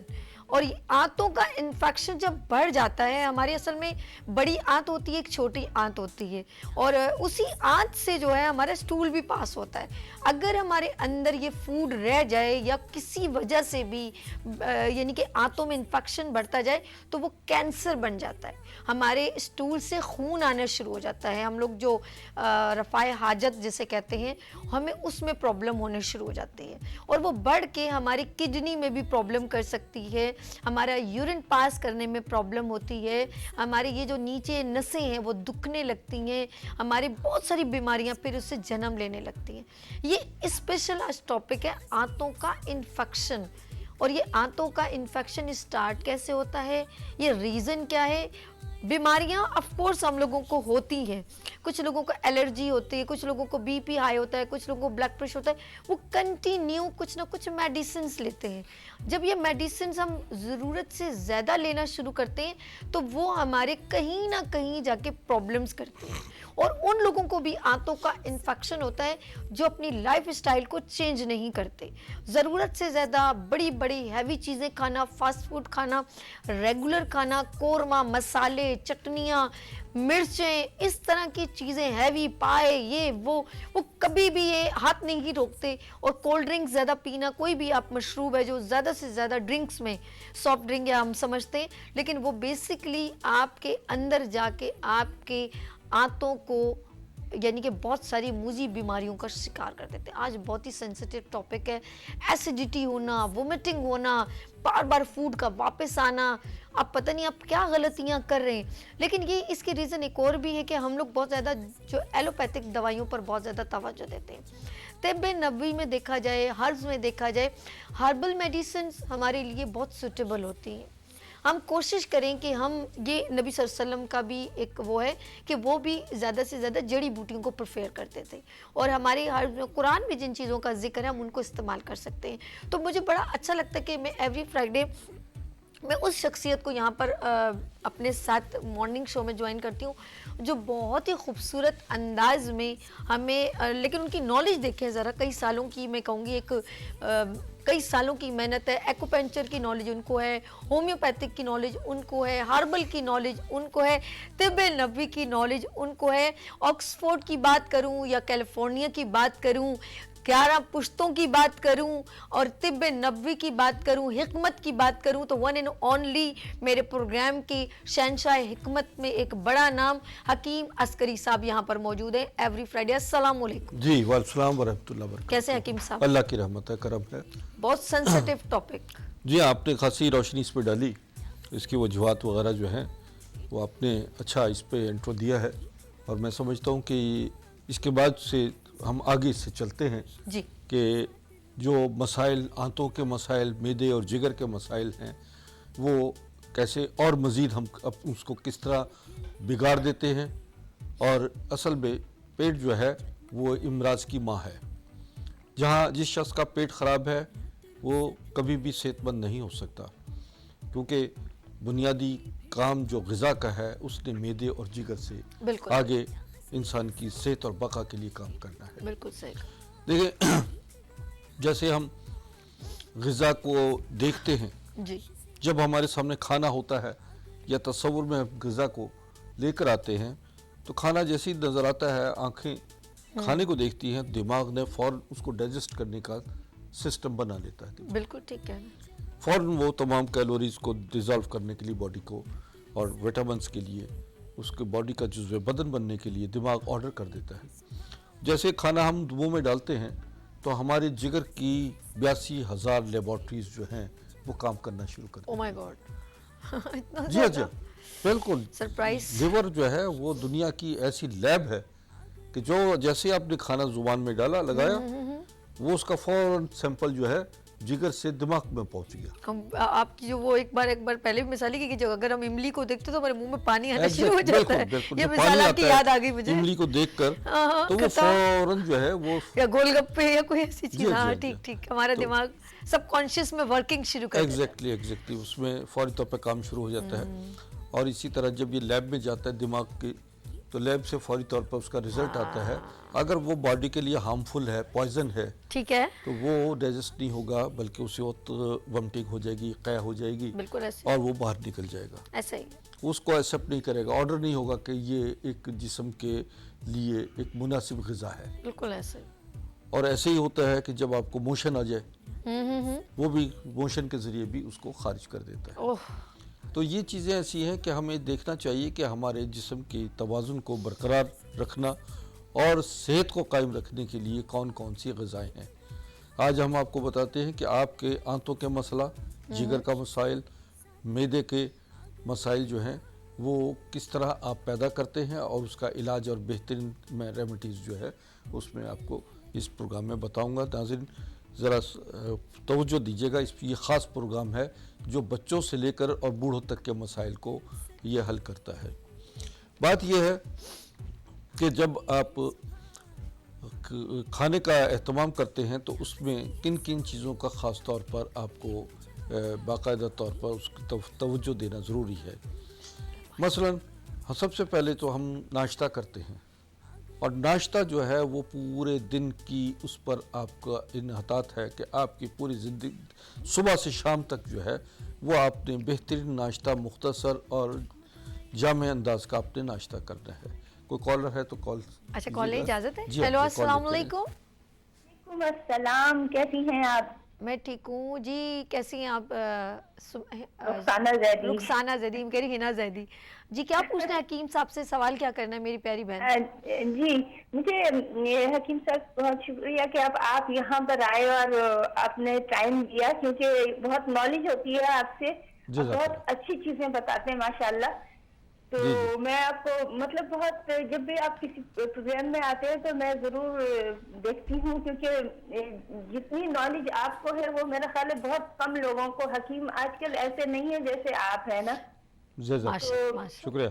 मुझे एक थोड़ा सा सवाल पूछना था कि मेरी एक फ्रेंड है, उनका फैटी लीवर है जी, तो उसके लिए क्या एहतियात करनी चाहिए और उसका इलाज क्या है? ठीक ठीक ठीक ठीक है, थैंक यू, बहुत बहुत शुक्रिया। शुक्रिया। मैं आपको जी, बताता हूँ आप कंटिन्यू करें, फिर इनका आंसर भी दीजिएगा। जी हाँ जी, वो आपकी बात नाश्ते तक पहुंचे। जी हाँ, मैं अभी जिगर के हवाले से ही बात कर रहा था। मैं आपको बताता हूँ ये भी नाश्ते के हवाले से कि नाश्ता जो है वो लोग अमूमन पापा चाय बस ये खाया, बिल्कुल सही कह रहे हैं। समझे ना, और भागे दफ्तर को, स्कूल को भागे। और बच्चों में मैं पहले भी कई दफ़ा नाज़िर प्रोग्राम में बता चुका हूँ, मुझे गुज़श्ता 50 साल हो गए हैं माशाल्लाह माशाल्लाह। आपके पहले टीवी से पहले जो है रेडियो पाकिस्तान पर मैंने 30 साल डेली प्रोग्राम किया, माशाल्लाह। और अब आपको पता 20-25 साल से जो है वो मैं मुसलसल जो है ये 50 साल तो हो गए मुझे। माशाल्लाह तो हमेशा यही बताता हूँ कि नाश्ता जो है वो इंसान की पूरे दिन का इन्हिसार जो है आपके नाश्ते पर है। बेहतरीन बात। जो लोग नाश्ता नहीं करते या नाश्ते को मामूली समझ कर बस पापा चाय डाला मुंह में और भागे, वो समझ लीजिए कि उनकी बुनियादी कमजोरियां उनके अंदर पैदा होना शुरू हो जाती हैं। 15 साल बाद उसकी फिर इंडिकेशन ऐसी बुरी आएंगी। बच्चों की दिमागी सलाहियतें, उनका हाफजा, उनकी नज़र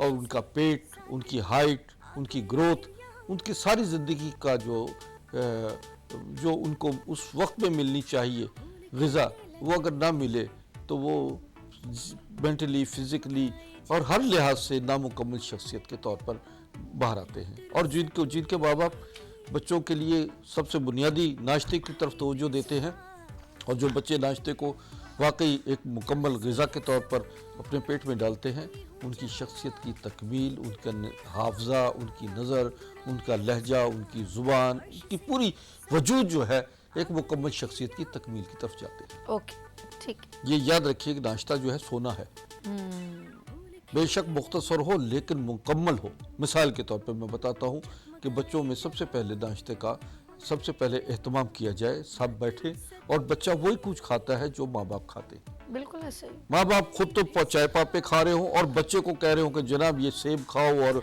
ये आप बादाम खाएं, पिस्ता खाएं, अखरोट खाएं, तो बच्चा नहीं खाएगा, इसलिए कि माँ बाप जो कुछ खा रहे होते हैं बच्चा उसी को अडॉप्ट कर रहा होता है। बिल्कुल सही कह रहे हैं।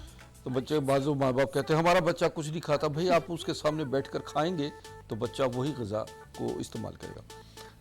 अब आप आ जाएं कि ग़िज़ा क्या होनी चाहिए नाश्ते में।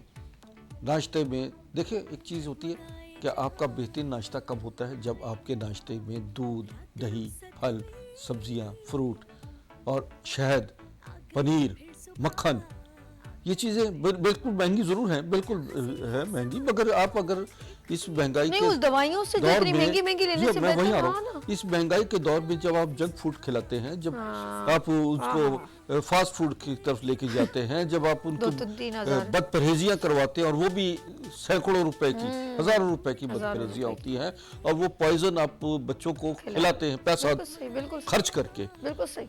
तो वो बच्चे आपको क्या जो वो बीमार हो जाते हैं, फिर डॉक्टरों और हकीमों के क्लिनिकों में पहुंचे हुए होते हैं और फिर बताया जाता है कि जनाब ऐसा ख़तरनाक मर्ज हो गया, आंतों का इन्फेक्शन हो गया, लीवर सोरोसिस हो गया है, स्टमक में अल्सर हो गया है, समझे ना, या थायराइड हो गया है, तो ये चीज़ें पाइल्स हो गया है, तो ये बीमारियाँ तकलीफ दे हैं, आपने बच्चे को अपनी उसकी ख्वाहिशात की तकमील करने के लिए आपने उसकी सेहत और ज़िंदगी को दांव पे लगा दिया। बिल्कुल ठीक कह रहे हैं, बिल्कुल ऐसा ही है। आप आइए, अगर वाकई आपको अपनी नस्ल से प्यार है, मोहब्बत है और चाहते हैं कि ये आने वाले वक्त में बेहतरीन नस्ल और बेहतरीन फ़र्द के तौर पर, बेहतरीन बाप और बेटा और शौहर के तौर पर ये दुनिया में चले, तो आप उसकी बुनियाद को मजबूत करें, उसके जहन को, उसके सोच को, उसकी तमाम तरबियत को जो है वो आपके लिए बेहतरीन तौर पर आना चाहिए। बिल्कुल ठीक। अच्छा, ये जो अभी हम बात करें इन्फेक्शन की, आपको पता है जब ये प्रॉब्लम्स आपकी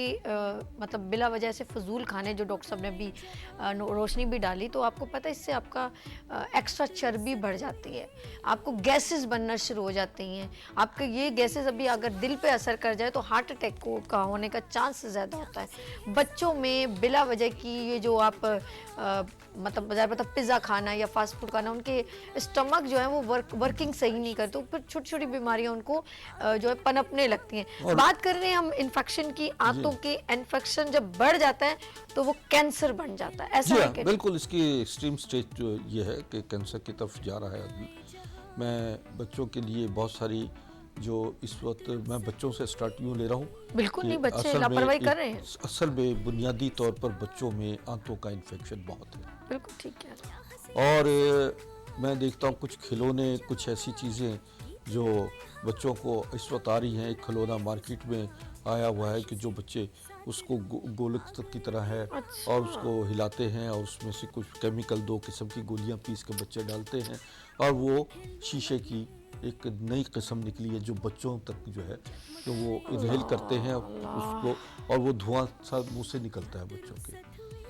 वो लोगों उससे मैदे की बीमारियाँ, लंग्स की प्रॉब्लम्स, आंतों का इन्फेक्शन, बहुत ज़्यादा मेरे पास ऐसे केसेस आ रहे हैं कि मैं कहता हूँ कि महकमा फूड और महकमा सेहत जो है ऐसे लोगों पर बाकायदा कदगन लगाए, उन्हें जो बच्चों की जान से, सेहत से खेलते हैं और स्कूलों के बाहर और स्कूल के अंदर भी ऐसी चीज़ें, लवाजमात जो हैं ऐसे पहुँचाते हैं जो पॉइज़न है। तो उनको ख़ास तौर पे उनका स्कूल का माहौल जो होता है ना बच्चे का, वो बच्चा 4-5 घंटे अपने घर से स्कूल में गुजारता है और वहाँ से सीखता है। सीखने के बजाय अगर वो सिगरेट, पान, तंबाकू या इस किस्म के मंशात की तरफ चला जाता है तो असातिज़ा का सबसे पहला जो है ये उनका फ़र्ज़ होता है कि जहाँ बच्चा उनके स्कूल में आ रहा है तो वो उसकी जान माल, उसकी सेहत और बका की ज़मानत वो उस्ताद होते हैं और आने वाले वक्त में वो बेहतरीन बच्चा जो है बेहतरीन शहरी और बेहतरीन मुल्क का सरमाया बन सकता है। बिल्कुल, बहुत प्यारी बात है। दूसरे पेरेंट्स को भी देखना चाहिए और जो स्कूल में ये पेरेंट्स क्योंकि जाते हैं ना, आप लोगों का पेरेंट्स डे होता है तो जो स्कूल में कैंटीन है उसके विजिट कीजिए कि वहाँ कोल्ड ड्रिंक तो अलाउ नहीं है, वो तो अपना कैंटीन का रेंट ले रहे होते हैं और वो जो छालिया वगैरह जिसमें खास खुशबू डाली जाती है वो अट्रैक्शन पैदा करती है। कहता हूँ कि खास तौर पर कॉलेज और यूनिवर्सिटी और स्कूल्स में इन चीज़ों का खास तौर पर देखना चाहिए कि कोल्ड ड्रिंक्स का एहतमाम ना हो। बिल्कुल बिल्कुल सही कह रहे हैं। प्योर जूसेस हों। फिर इसके साथ साथ जो है ये केक, पेस्ट्रियाँ और दीगर ऐसी अशिया जो हार्मफुल हैं, बासी होती हैं, जिसके अंदर बैक्टीरियाज होते हैं, हम ये देखते हैं और अक्सर बच्चे बीमार हो जाते हैं। उसकी बड़ी वजूहात यही होती हैं कि आपका पैसा, आपका कीमती खून पसीने से कमाई आपकी, वो बच्चा जो है वो जहर खाता है और उसके बाद अस्पतालों और क्लिनिक्स में जो है वो बच्चा जो है बीमार होकर चला जाता है। आपके पास एक और चीज़ है, दूसरी चीज़ ये है कि आपके पास नॉलेज है। इस वक्त चैनल पे मैं बैठा हुआ हूँ, जितनी मैं बातें कर रहा हूँ नाजरीन, ये मेरी इससे ज़ात नहीं बल्कि आपकी ज़ात की बका और फलाह है। आप जो कुछ सीख रहे हैं, जो कुछ आपको तरबियत दी जा रही है, जो कुछ बता रहा हूँ मैं, इस पर अमल करना शुरू कर दीजिए। दोपहर के खाने में बच्चे को आप सब्जियाँ, सलाद और इसमें दूध, दही का इस्तेमाल जो है बच्चों पर ज़्यादा इस्तेमाल करें।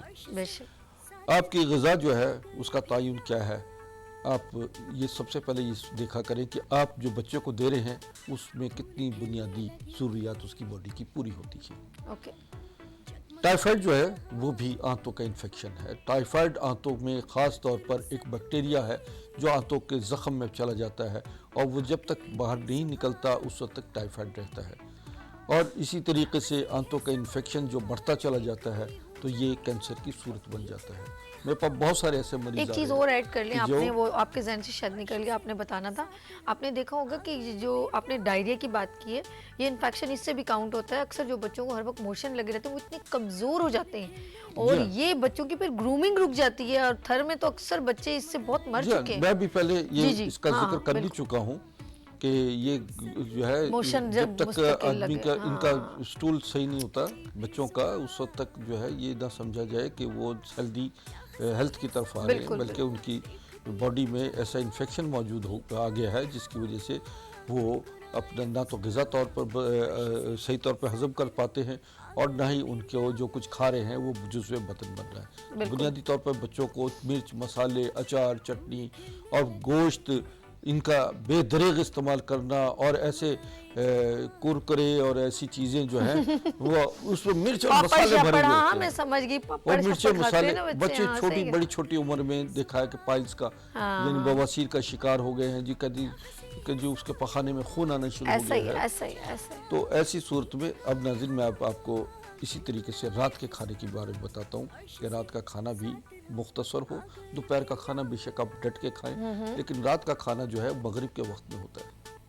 हमारे वालिदैन हमें मगरिब के बाद जो है न खाना दिया करते थे और फिर मगरिब के बाद अगर कोई देर से आया 8 बजे 9 बजे तो उसे रात का खाना नहीं मिला करता था। उसे कहा जाता था कि अब आपने दूध और पापे ये आपने बस पी लीजिए, उसमें शहद डाल देते थे और हल्की फुल्की ग़िज़ा, बस अब तुम्हें ये मिलेगा इसलिए कि अब खाने को हज़म करने का टाइम ख़त्म हो गया। ओ बड़ी बड़ी तो बात। ईशा की नमाज के बाद जो है सबको सोने का हुक्म होता ओके। था। अब हम ये करते हैं कि रात का खाना बड़ा डट के खाते हैं और शादियों में अमूमन जाते हैं तो देर से खाना खाते हैं। बिल्कुल ठीक। ये बीमारियां जो हैं अक्सर लोग जो हार्ट अटैक का जिन सबब लोगों को बनती होता है वो उसका टाइमिंग सुबह के फजर के वक्त में अक्सर लोगों को हार्ट अटैक होता है।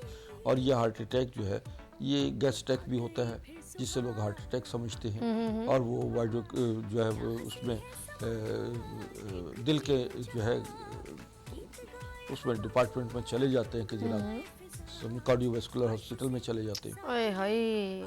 तो वहाँ पर जब पता लगता है कि 80% लोग जो हैं वो हार्ट के मरीज़ नहीं होते बल्कि वो आपके गैस्ट्रिक के और एसिडिटी के मरीज़ होते हैं जिसकी वजह से वो हार्ट पर उनका अटैक ज़्यादा होता है।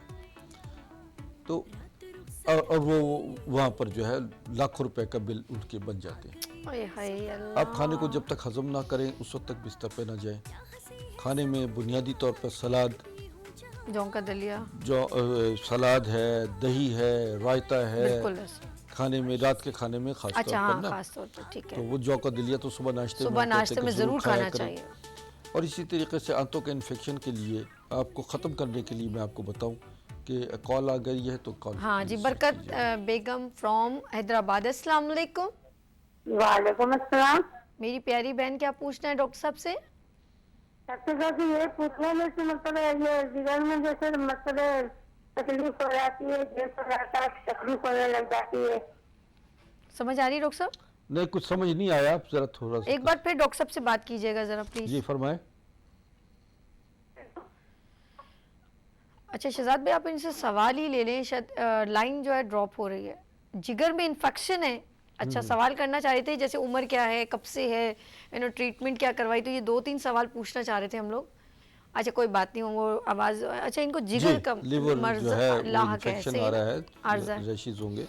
अच्छा एक खातून ने भी फ़ोन पे बताया भी था कि उनका लीवर फैटी लीवर है।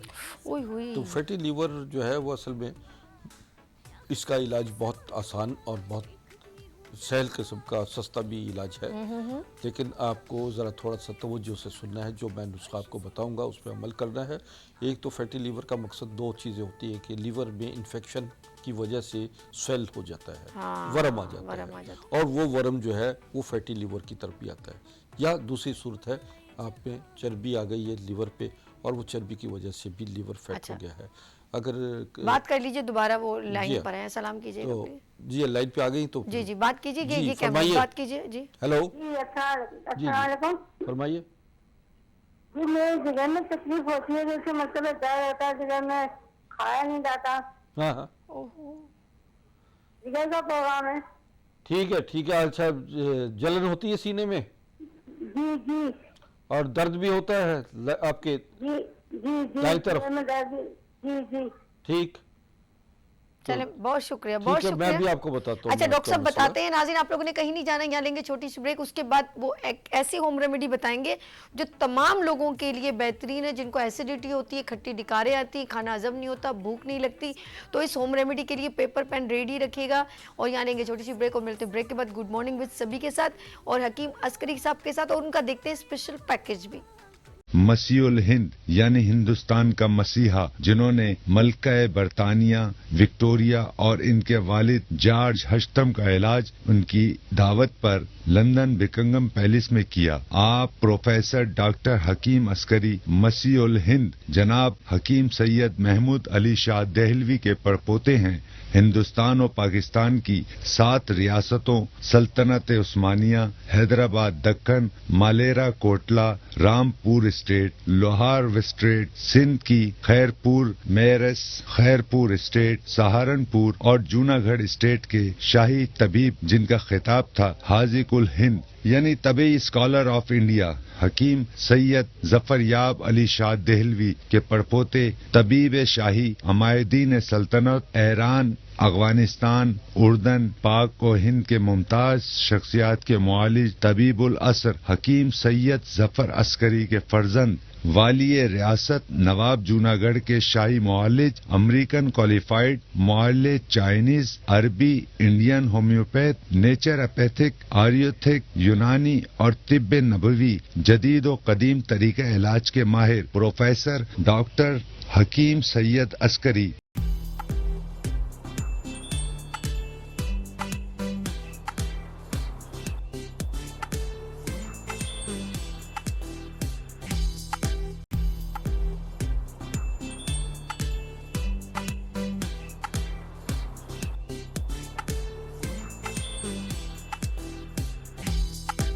एक बार फिर खुशामदीद कहती हूँ गुड मॉर्निंग विद सभी में। बहुत ही सेंसिटिव टॉपिक पर डिस्कशन हो रही है, आंतों का इन्फेक्शन। और जब ये तमाम प्रॉब्लम बढ़ जाती है तो हमारा खाना हमारा हजम नहीं होता, हमारा लिवर में स्वेलिंग आ जाती है, बहुत सारी प्रॉब्लम्स, उसके बाद हमारे तमाम अज़ा डिस्टर्ब होने लग जाते हैं। अभी मेरे बहन ने कॉल की थी हैदराबाद से, बरकत बीबी ने, और ऐसे बहुत सारे लोग हैं जिनको ये तकलीफ़ होती है। तो हम डॉक्टर साहब को एक बार फिर खुशामदीद कहते हैं और उनकी होम रेमेडी बिल्कुल रेडी है कि वो क्या बताना चाह रहे हैं। जिनको आंतों के इन्फेक्शन से बचना हो तो वो कौन सी होम रेमेडी इस्तेमाल कर सकते हैं। जी डॉक्टर साहब। आंतों के इन्फेक्शन से बचने के लिए एक बहुत लाजवाब नुस्खा मैं आपको बता रहा हूँ, जो हज़ारों मरीज़ों को मेरी ज़िंदगी में मैंने जिनको बताया जी, वो अल्लाह की रहमत से वो शफायाबी हुई है। नोट कर लीजिए। इसबगोल, सालिम इसबगोल। सालिम का मतलब एक कोई इसबगोल का छिलका होता है, वो नहीं, बल्कि सालिम इसबगोल दानेदार होता है। वो सालिम साबित इसबगोल कह सकते हैं, सालम कह ले, साबित कह ले, ठीक है ठीक है। वो इसबगोल लीजिए तकरीबन 10 ग्राम, ओके तुख्मे कनोचा 10 ग्राम ओके और तुख्मे रेहान 10 ग्राम। ओके इन्हें पानी में भिगो दीजिए और भिगोने के बाद इसमें लुआब सा आ जाएगा और ये रोज़ाना सुबह और शाम 2 टाइम आपने इस्तेमाल करना है। इससे आंतों का इन्फेक्शन ख़त्म होगा, आंतों में रैशेस ख़त्म होगी और आंतों का जो बैक्टीरियाज वगैरह आंतों में जो पल रहे हैं वो बैक्टीरियाज का ख़त्मा होगा। दूसरा नुस्खा लीजिए नाज़रीन, नोट कीजिएगा। मको 5 ग्राम, कासनी 5 ग्राम, पुदीना 10 ग्राम, सूखा पुदीना, जंगली पुदीना, खुश्क पुदीना हो, ये 10 ग्राम लीजिए। और करी पत्ता, ये भी, इसको भी करी पत्ते सुखाकर इसको पीस ले और इसके बाद इसका पाउडर जो है वो भी 10 ग्राम लीजिए। सुहांजना, ये भी सूखे हुए पत्ते हों, ये भी 10 ग्राम। अब इन तमाम को मिक्स कर लीजिए। मिक्स करने के बाद इसका आधा चमचा सुबह, आधा दोपहर और आधा शाम पानी के साथ आप इस्तेमाल करें खाना खाने से 1 घंटा पहले। ठीक है।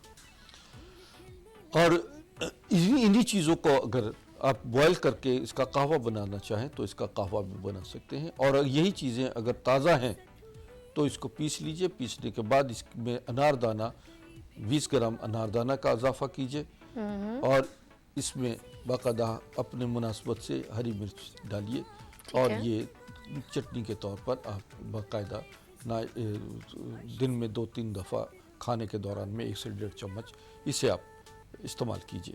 बेहतरीन। इस ये जो चटनी भी है ये आपका कहवा। अच्छा, मज़ीद एक कहवा बताता हूँ नाज़रीन, वो भी नोट कर लीजिए।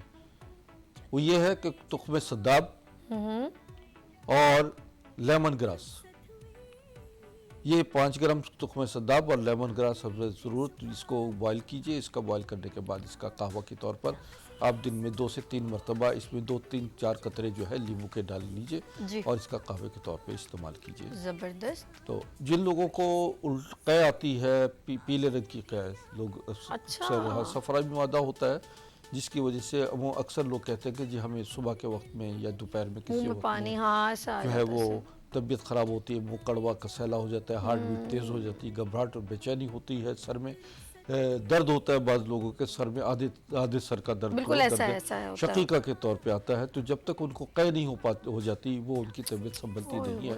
तो ये सफरावियत जो है ये भी आपकी ऐसे पैदा होती है तो जिसकी वजह से दिमागी तौर पर जो है आदमी बिल्कुल परेशान हो जाता है और कै किए बगैर उसकी तबीयत बहाल नहीं होती। बेशक ऐसे ये भी इसका ताल्लुक भी आपके मैदे से और आपका इंटेक से है।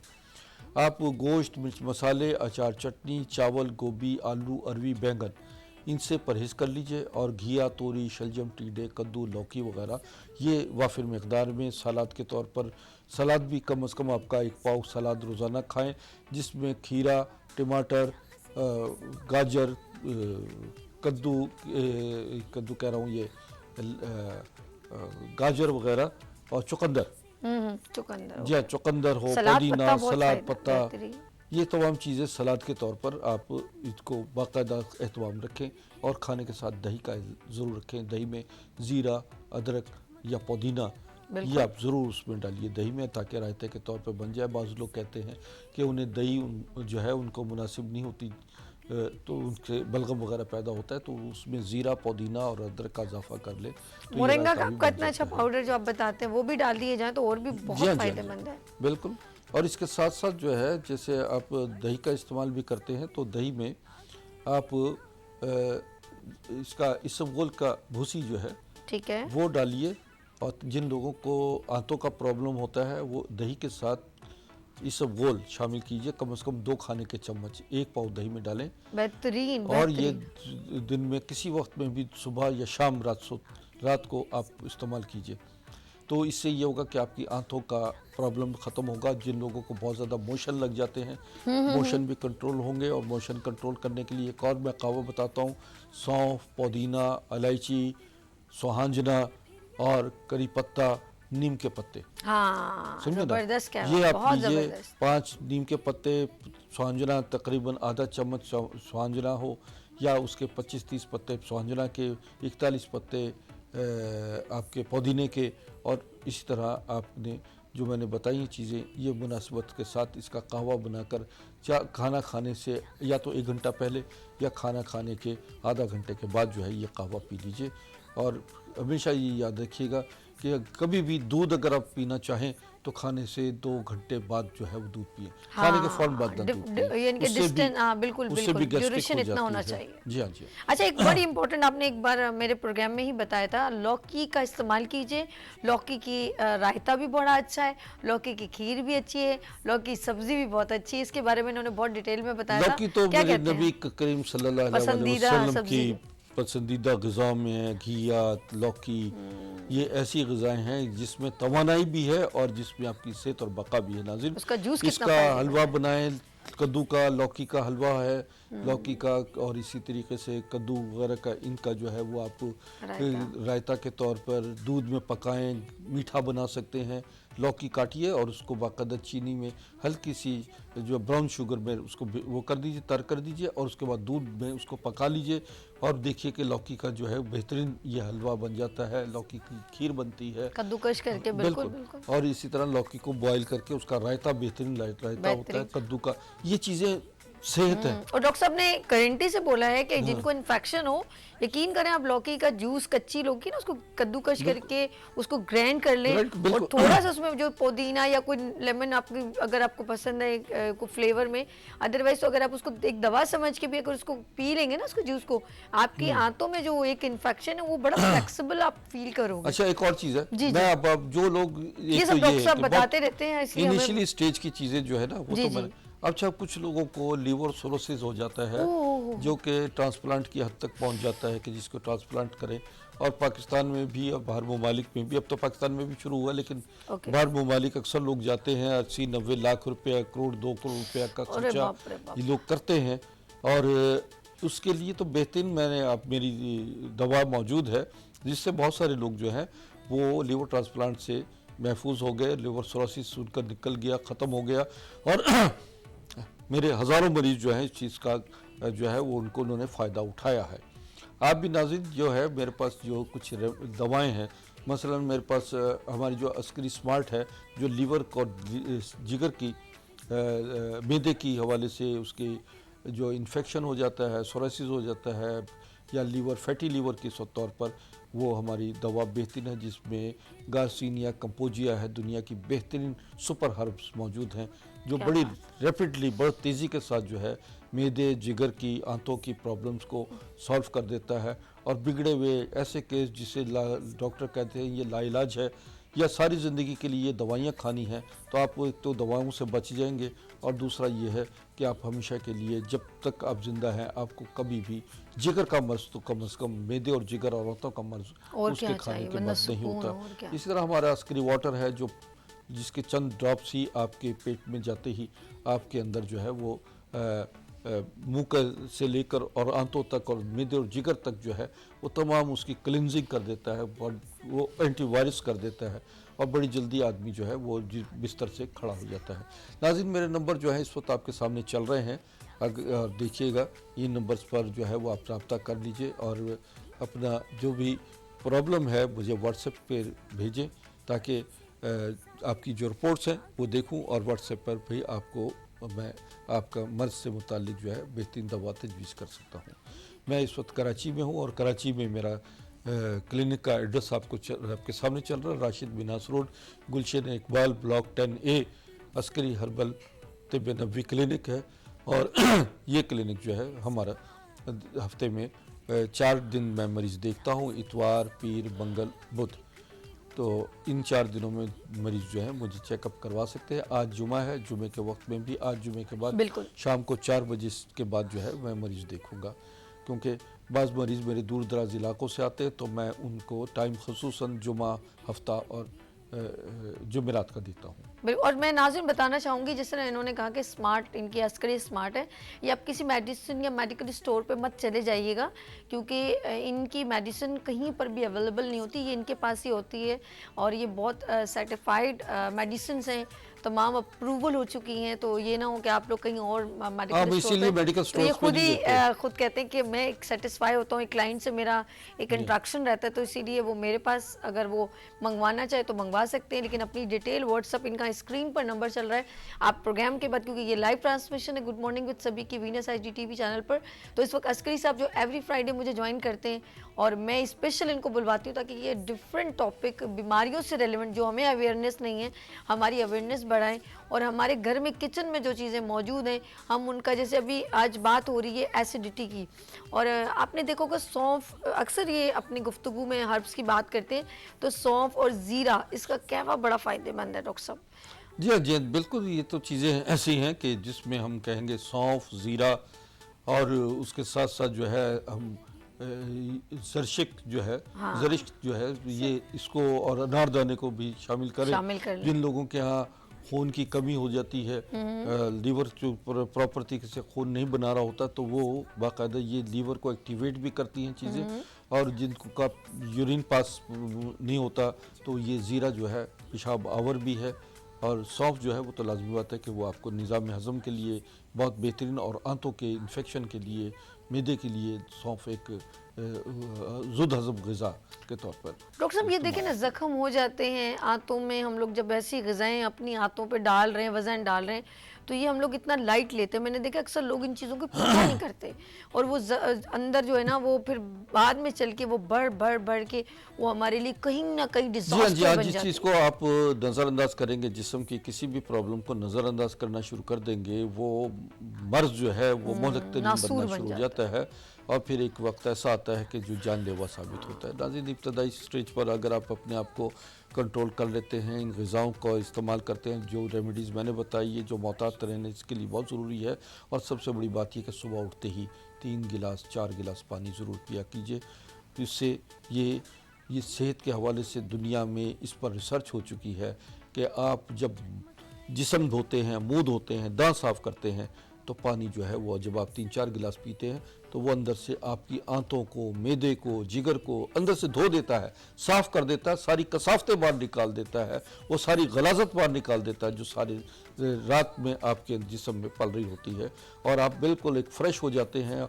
बॉडी में वाटर लेवल है वो भी पूरा हो जाता है, आपका यूरिन 2-3-4 दफ़ा पास होता है, और यूँ आप अंदर से जब धुलाई कर देते हैं तो ये सारी धुलाई जो है ये कसावतें बाहर निकल जाती हैं, और आपकी बॉडी रिकंडीशन हो जाती है सुबह के वक्त में।